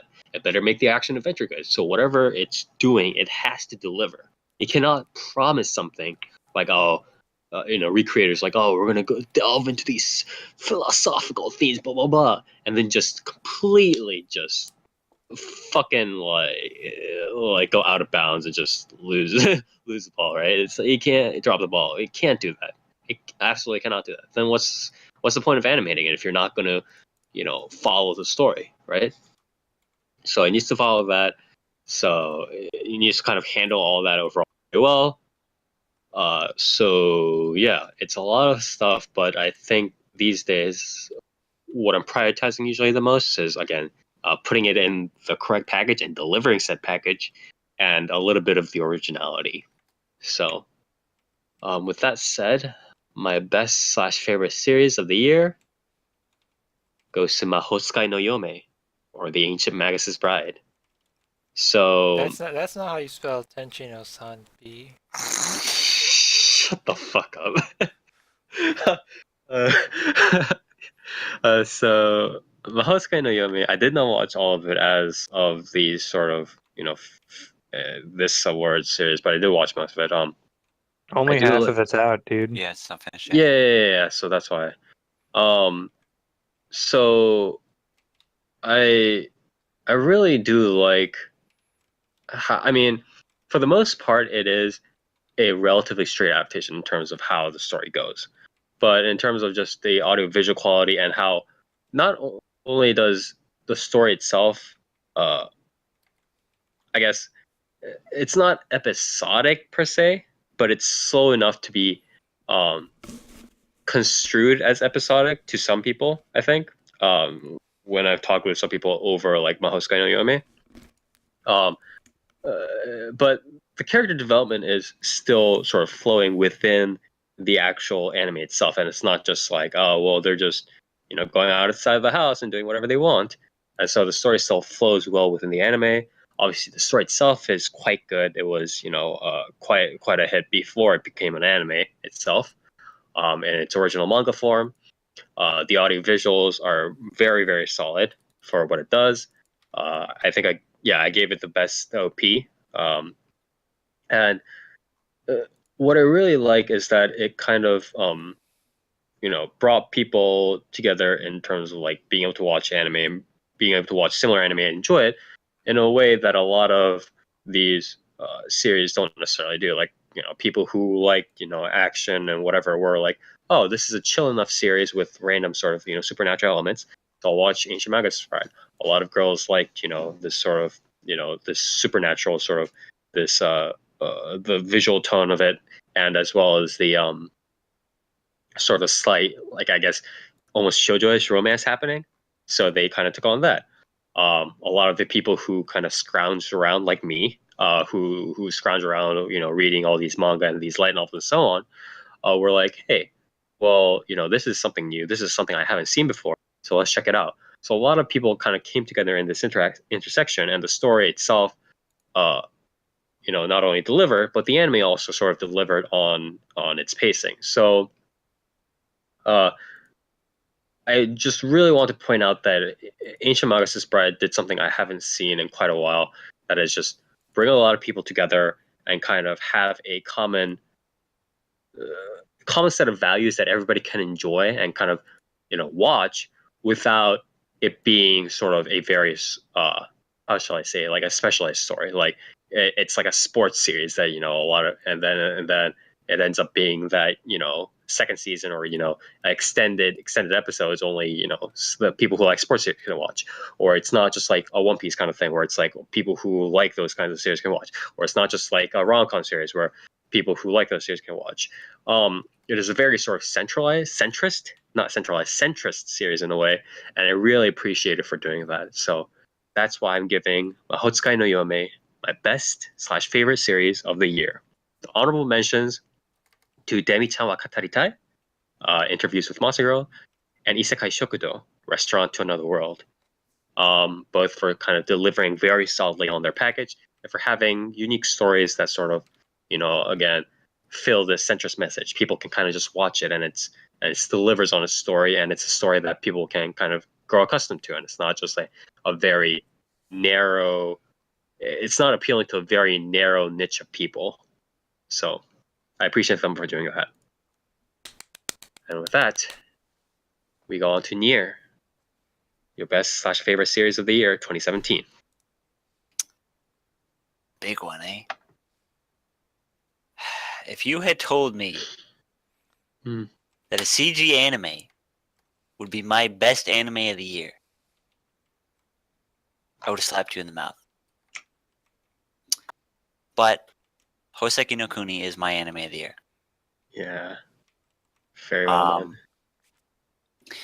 It's I mean, I've been talking about it all fucking episode, but it's just it really just impressed me on every level. Like,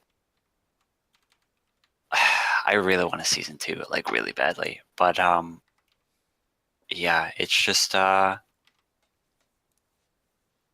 one of those shows where, you know, when that got announced, I was like, a CG anime. I mean, I guess I'll check it out just to see how it is, right? Mm-hmm. And then, you know, the first episode just blew me away with its like how good it looked, and then, you know, the story really hooks you in. The main character really hooks you in, and just the way the series progresses is it's really interesting. It's an incredibly unique. Not only is it a pretty unique premise, it's a unique series in general, I think. Not to mention it has very unique visuals, being one of the only good-looking CG shows, and definitely being probably the best-looking CG show out there. Yeah, it's just you don't get shows like that very often, and when you do, it's something special, you know. And I think it definitely deserves praise. And yeah, it's my favorite anime I've watched this year. Mm-hmm. My honorable mentions are, of course, Made in Abyss, Rakugo Season 2, it's very good, and Sangatsu no Lion Season 2. Mm-hmm. Okay. Dark, what is your favorite / best series of 2017? All right, so this one was like really, really, really, really, really hard, which is a good sign, honestly, but also kind of sucks because I didn't really know which one to choose, but ultimately I went with Demi-Chen for a few reasons. Mm-hmm. One, it was just the pleasant surprise of what's his name's character? Yeah, Takahashi. Like, I was actually surprised how much of a actual character he was, rather than like, you know, just a standard insert or something. So that was really nice. The development between the girls, not only through him, but as a group of their own, was really, really nice. And just showing, I guess, different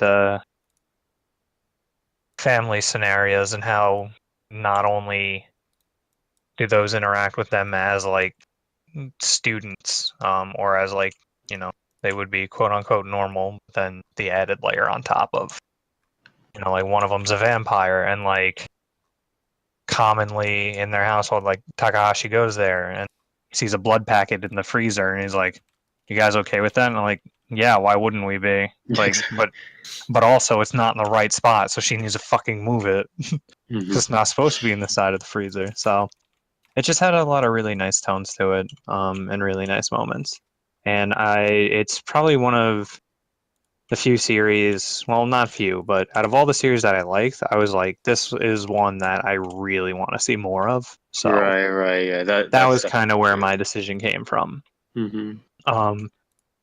I should also say that I don't count Mahotsukai no Yome yet because it's not done. I would rather not judge that. Like, I wouldn't like I don't put down anyone who thinks that that's their who would say that that's their favorite. But personally, I just would rather wait for it to finish Yeah, that's definitely reasonable. for a season to finish before I count it. But that would be technically an honorable mention, as well as Hoseki no Kuni and Netaju, I think, as well, because Netaju was really fun and I liked it a lot. Okay. And I'd like to also see a bit more of that. Cool. And runner-up is Boruto for the meme. Oh god. I had to get one more in. Yeah. God damn it, this guy. All right, and last but definitely not least, best/favorite series of 2017, Toast. Can I give it to a movie? What? Can I give it to a movie? No. Just give it to an anime series, Toast. But I really like Dark Side of Dimensions, man. Yeah, we can tell.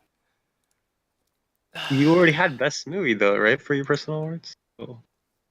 Yeah, But really. What? Yu-Gi-Oh! Is a series. It's got seven. Yeah, six, did you like seven- Vrains? Did you like Vrains Vrains? is not Is that Vrains bad. your favorite anime of the season? Yeah, so there you go.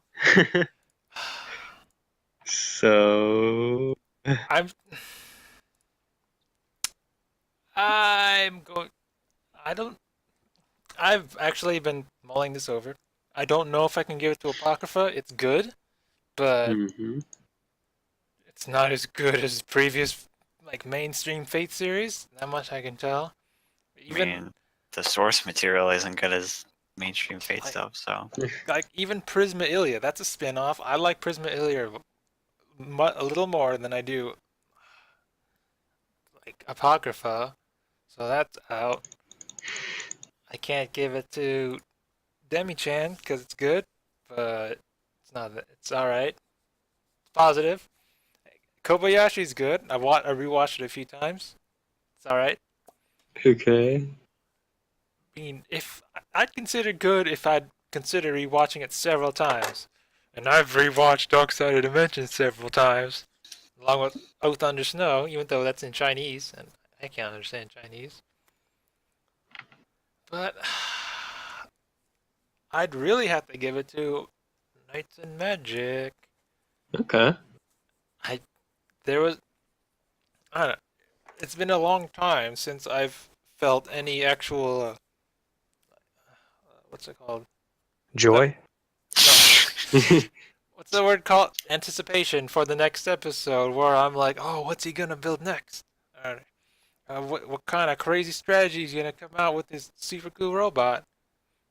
It's been a long time since I felt that. The next one was the last time was probably Unlimited Blade Works, but that was last year ish. But you already know what's going to happen in UBW. Doesn't mean I'm still not interested in like, oh, what's gonna happen next? You know, though!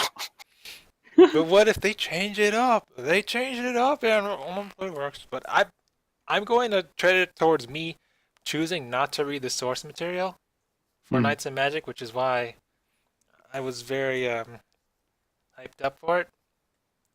That was a good choice on my part. Because if I read a lot of manga, and a lot of my manga and light novels gets adapted to anime, and that sort of takes away the my enjoyment of it. Truthfully, because I know what's going to happen next, so I'm just I'm just waiting for this next scene to pop up. That could definitely happen, yeah. But yeah, I'm really gonna give it to Knights of Magic because it's a breath of fresh air out of all the isekai, and it leaves me wanting more of it. Like I want a season 2 of it.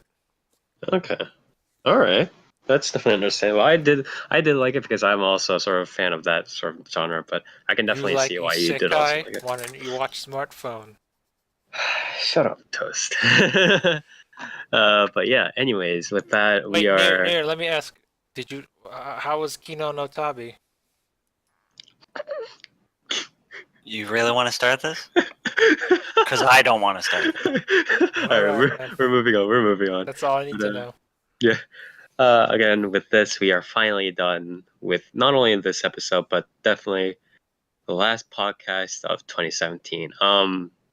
Again, how do you guys feel about, I guess, you guys don't have to take turns or anything, but it's like, how do you guys just generally feel about how the year went in terms of like anime, I guess, and like I guess The movies this year were fantastic. there are a lot of movies that came out this year. There were some I did want to watch, especially the Akiyuki Shimbun one, the fireworks one. But I kind of, I mean, that's just gotta get subbed and come out. Or I think it did get subbed. I might download it and watch it soon. But yeah, There won't be any good movies next year except for Fate, Dark Side of Dimensions. There's not going to be Dark Side of Dimensions 2. I'm waiting for the Noha movie to be subbed. All I got to look forward to is Part 2, Lost Butterfly. Yeah. It's good. This was a good year for anime and Eiga. I think for a lot of I think for anime it was a very interesting year. There were a lot of premises that were tried out, and it kind of heralded like this start. Not that it hasn't been done before, but it's like it heralded more of a start to this isekai train that's coming in. And I think this upcoming year, 2018, is just the isekai truck is just going to hit us full force. So I'm kind of glad these series. Yeah, we're starting off with the good ones next year, like Death March and Seek. Death March is nice, but again, the issue is that the anime isn't really gonna. The anime's pace is gonna suffer. The anime's pace is gonna suffer way too much, and it's not gonna revolutionize the isekai genre. Not at all. Well, I mean, none of the isekai series are really revolutionizing the isekai genre, save for maybe like.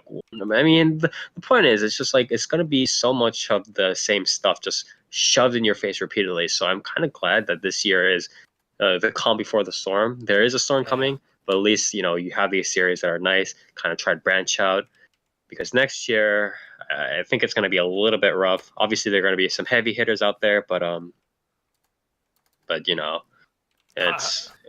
it's gonna be rough. How many cheat skills with black cloaks are you gonna get next year? Yeah. Toast, you're right. But yeah, what do you guys think about this overall year, Dark Year? Which one first? You want to go first? Sure. I think it's pretty good. The fact that you said though that we're on the tip of the iceberg of isekai scares the shit out of me. So yeah, it's to about be fair. Spire's been saying that for a while. Don't worry, we'll be here to guide you. I recommend. Well, I think I said that last year maybe, but it's still like once it stops, it's still gonna happen. Like it's an inevitability, right? It's not. I'm getting the year wrong, but it's gonna happen. It's going to happen. I just don't think it's going to be like something where there's going to be a season where every fucking show is isekai. Yeah. I mean, we're going to have that, like, how lately we've had that slow trickle of like, there's 3 or 4, maybe 5 Fujoshi pandering shows every season. Yeah. It's going to be like that, but with isekai. Yeah. You think there's going to be a season where it's like essentially Fujo and like Fujo Isekai. Fujo and Isekai are just like gonna battle each other for like dominance of the airwaves for like a season. Fujoshi gets transported to another world full of handsome men. You realize that's an actual genre, right? There's a bunch of those in here. Yeah. I know. I'm especially fond of the Black Healer. That's a good one. Oh my god! Or like I'm a maid, now a mother. That's a good one too. But yeah, I do like that you take the more optimistic view on that, where it's gonna be a solid section, but it's not gonna be like overtaking anything. Session reminded me, Arifureta's next year. Oh god, can we not talk about Arifureta? Anyways, that's gonna Dark. Be... Oh boy. Yeah, Dark. Anything to say? I already said. Oh, sorry. Excuse me. Nier kind of like took over with the comment here, so I kept forgetting. But yeah. Anyways, again, end of the year and all that, doing all these retrospectives, but I didn't say anything. I thought you fucking took over the tangent, then you're like... Yeah, well, I didn't say how the year was, all right? All right. Shout out to Overlord Season 2. Mr. Speedy, Mr. Quickshot. All right. Okay? Mr. fucking Techino Sampi lover. Hey, man, it was a pleasant surprise. Craig awesome. And yeah. But yeah, anyways, go on here. I think this year was very good. I think it was an incredibly solid year all around. there was some there's some Incidents. some bad apples in there, Incidents. Yes. but I think overall, like if a couple of years from now, if you look back and you just look at what we got this year, I Mhm. think looking back, you can say it'll be a solid year because we got some pretty good stuff. We got a very small amount of really good stuff, and then there's the usual filler stuff that's just hey, that's fun to watch and whatnot. But I think overall it was a very good year for good shows. And I'm pretty excited for next year. Okay. All right. So with that, again, we are very much done with the podcast. Again, thank you everybody for joining us, not only in this podcast, but again throughout the 2017 year. And again, here's to not only this year, but another productive year to come, filled with anime. Hopefully, not everything's isekai or fujo bait, as we do. But yeah, again, thank you so much to the viewers for sticking out with us all throughout the year. And I just like to thank my co-hosts here, Near, Dark, Toast, Fuck you. Just everybody not only helping out with the logistics, both Near and Dark helping out with the logistics and kind of scheduling and stuff like that a lot. Dark heading on social media, Toast helping with the stream here. So again, thank you guys so much for sticking with podcasts, sticking with me and my apparent need to move on to the next section throughout the entire year. But yeah, I got something to say too. yeah. Okay. I'm quitting the podcast. I'm taking a year break. I can't deal with you guys anymore. Yeah. Y'all are stressing See me you out. next. All right. See you next year, Toast. See you next year. Later. I'm gonna be taking a break. Don't worry, when he comes back, he'll talk about the 2018 shows anyway and the 2019 awards. So Yeah. All right. But anyways, thank you guys. Thank you to the viewers. Thank you, Near, Dark, Toast, everybody just for sticking around. And last show of 2017. I'm not going to be able to say this, but on New Year's, but Happy New Year's. So with that, we are off. See you until next year. Yeah, see you guys next time. I can't wait until all of Toast's I haven't talked to you guys since last year jokes. Yeah. All right. So Oh, again, that's fuck, the real ending. See you guys next time. Bye. Bye. Bye. Okay. I didn't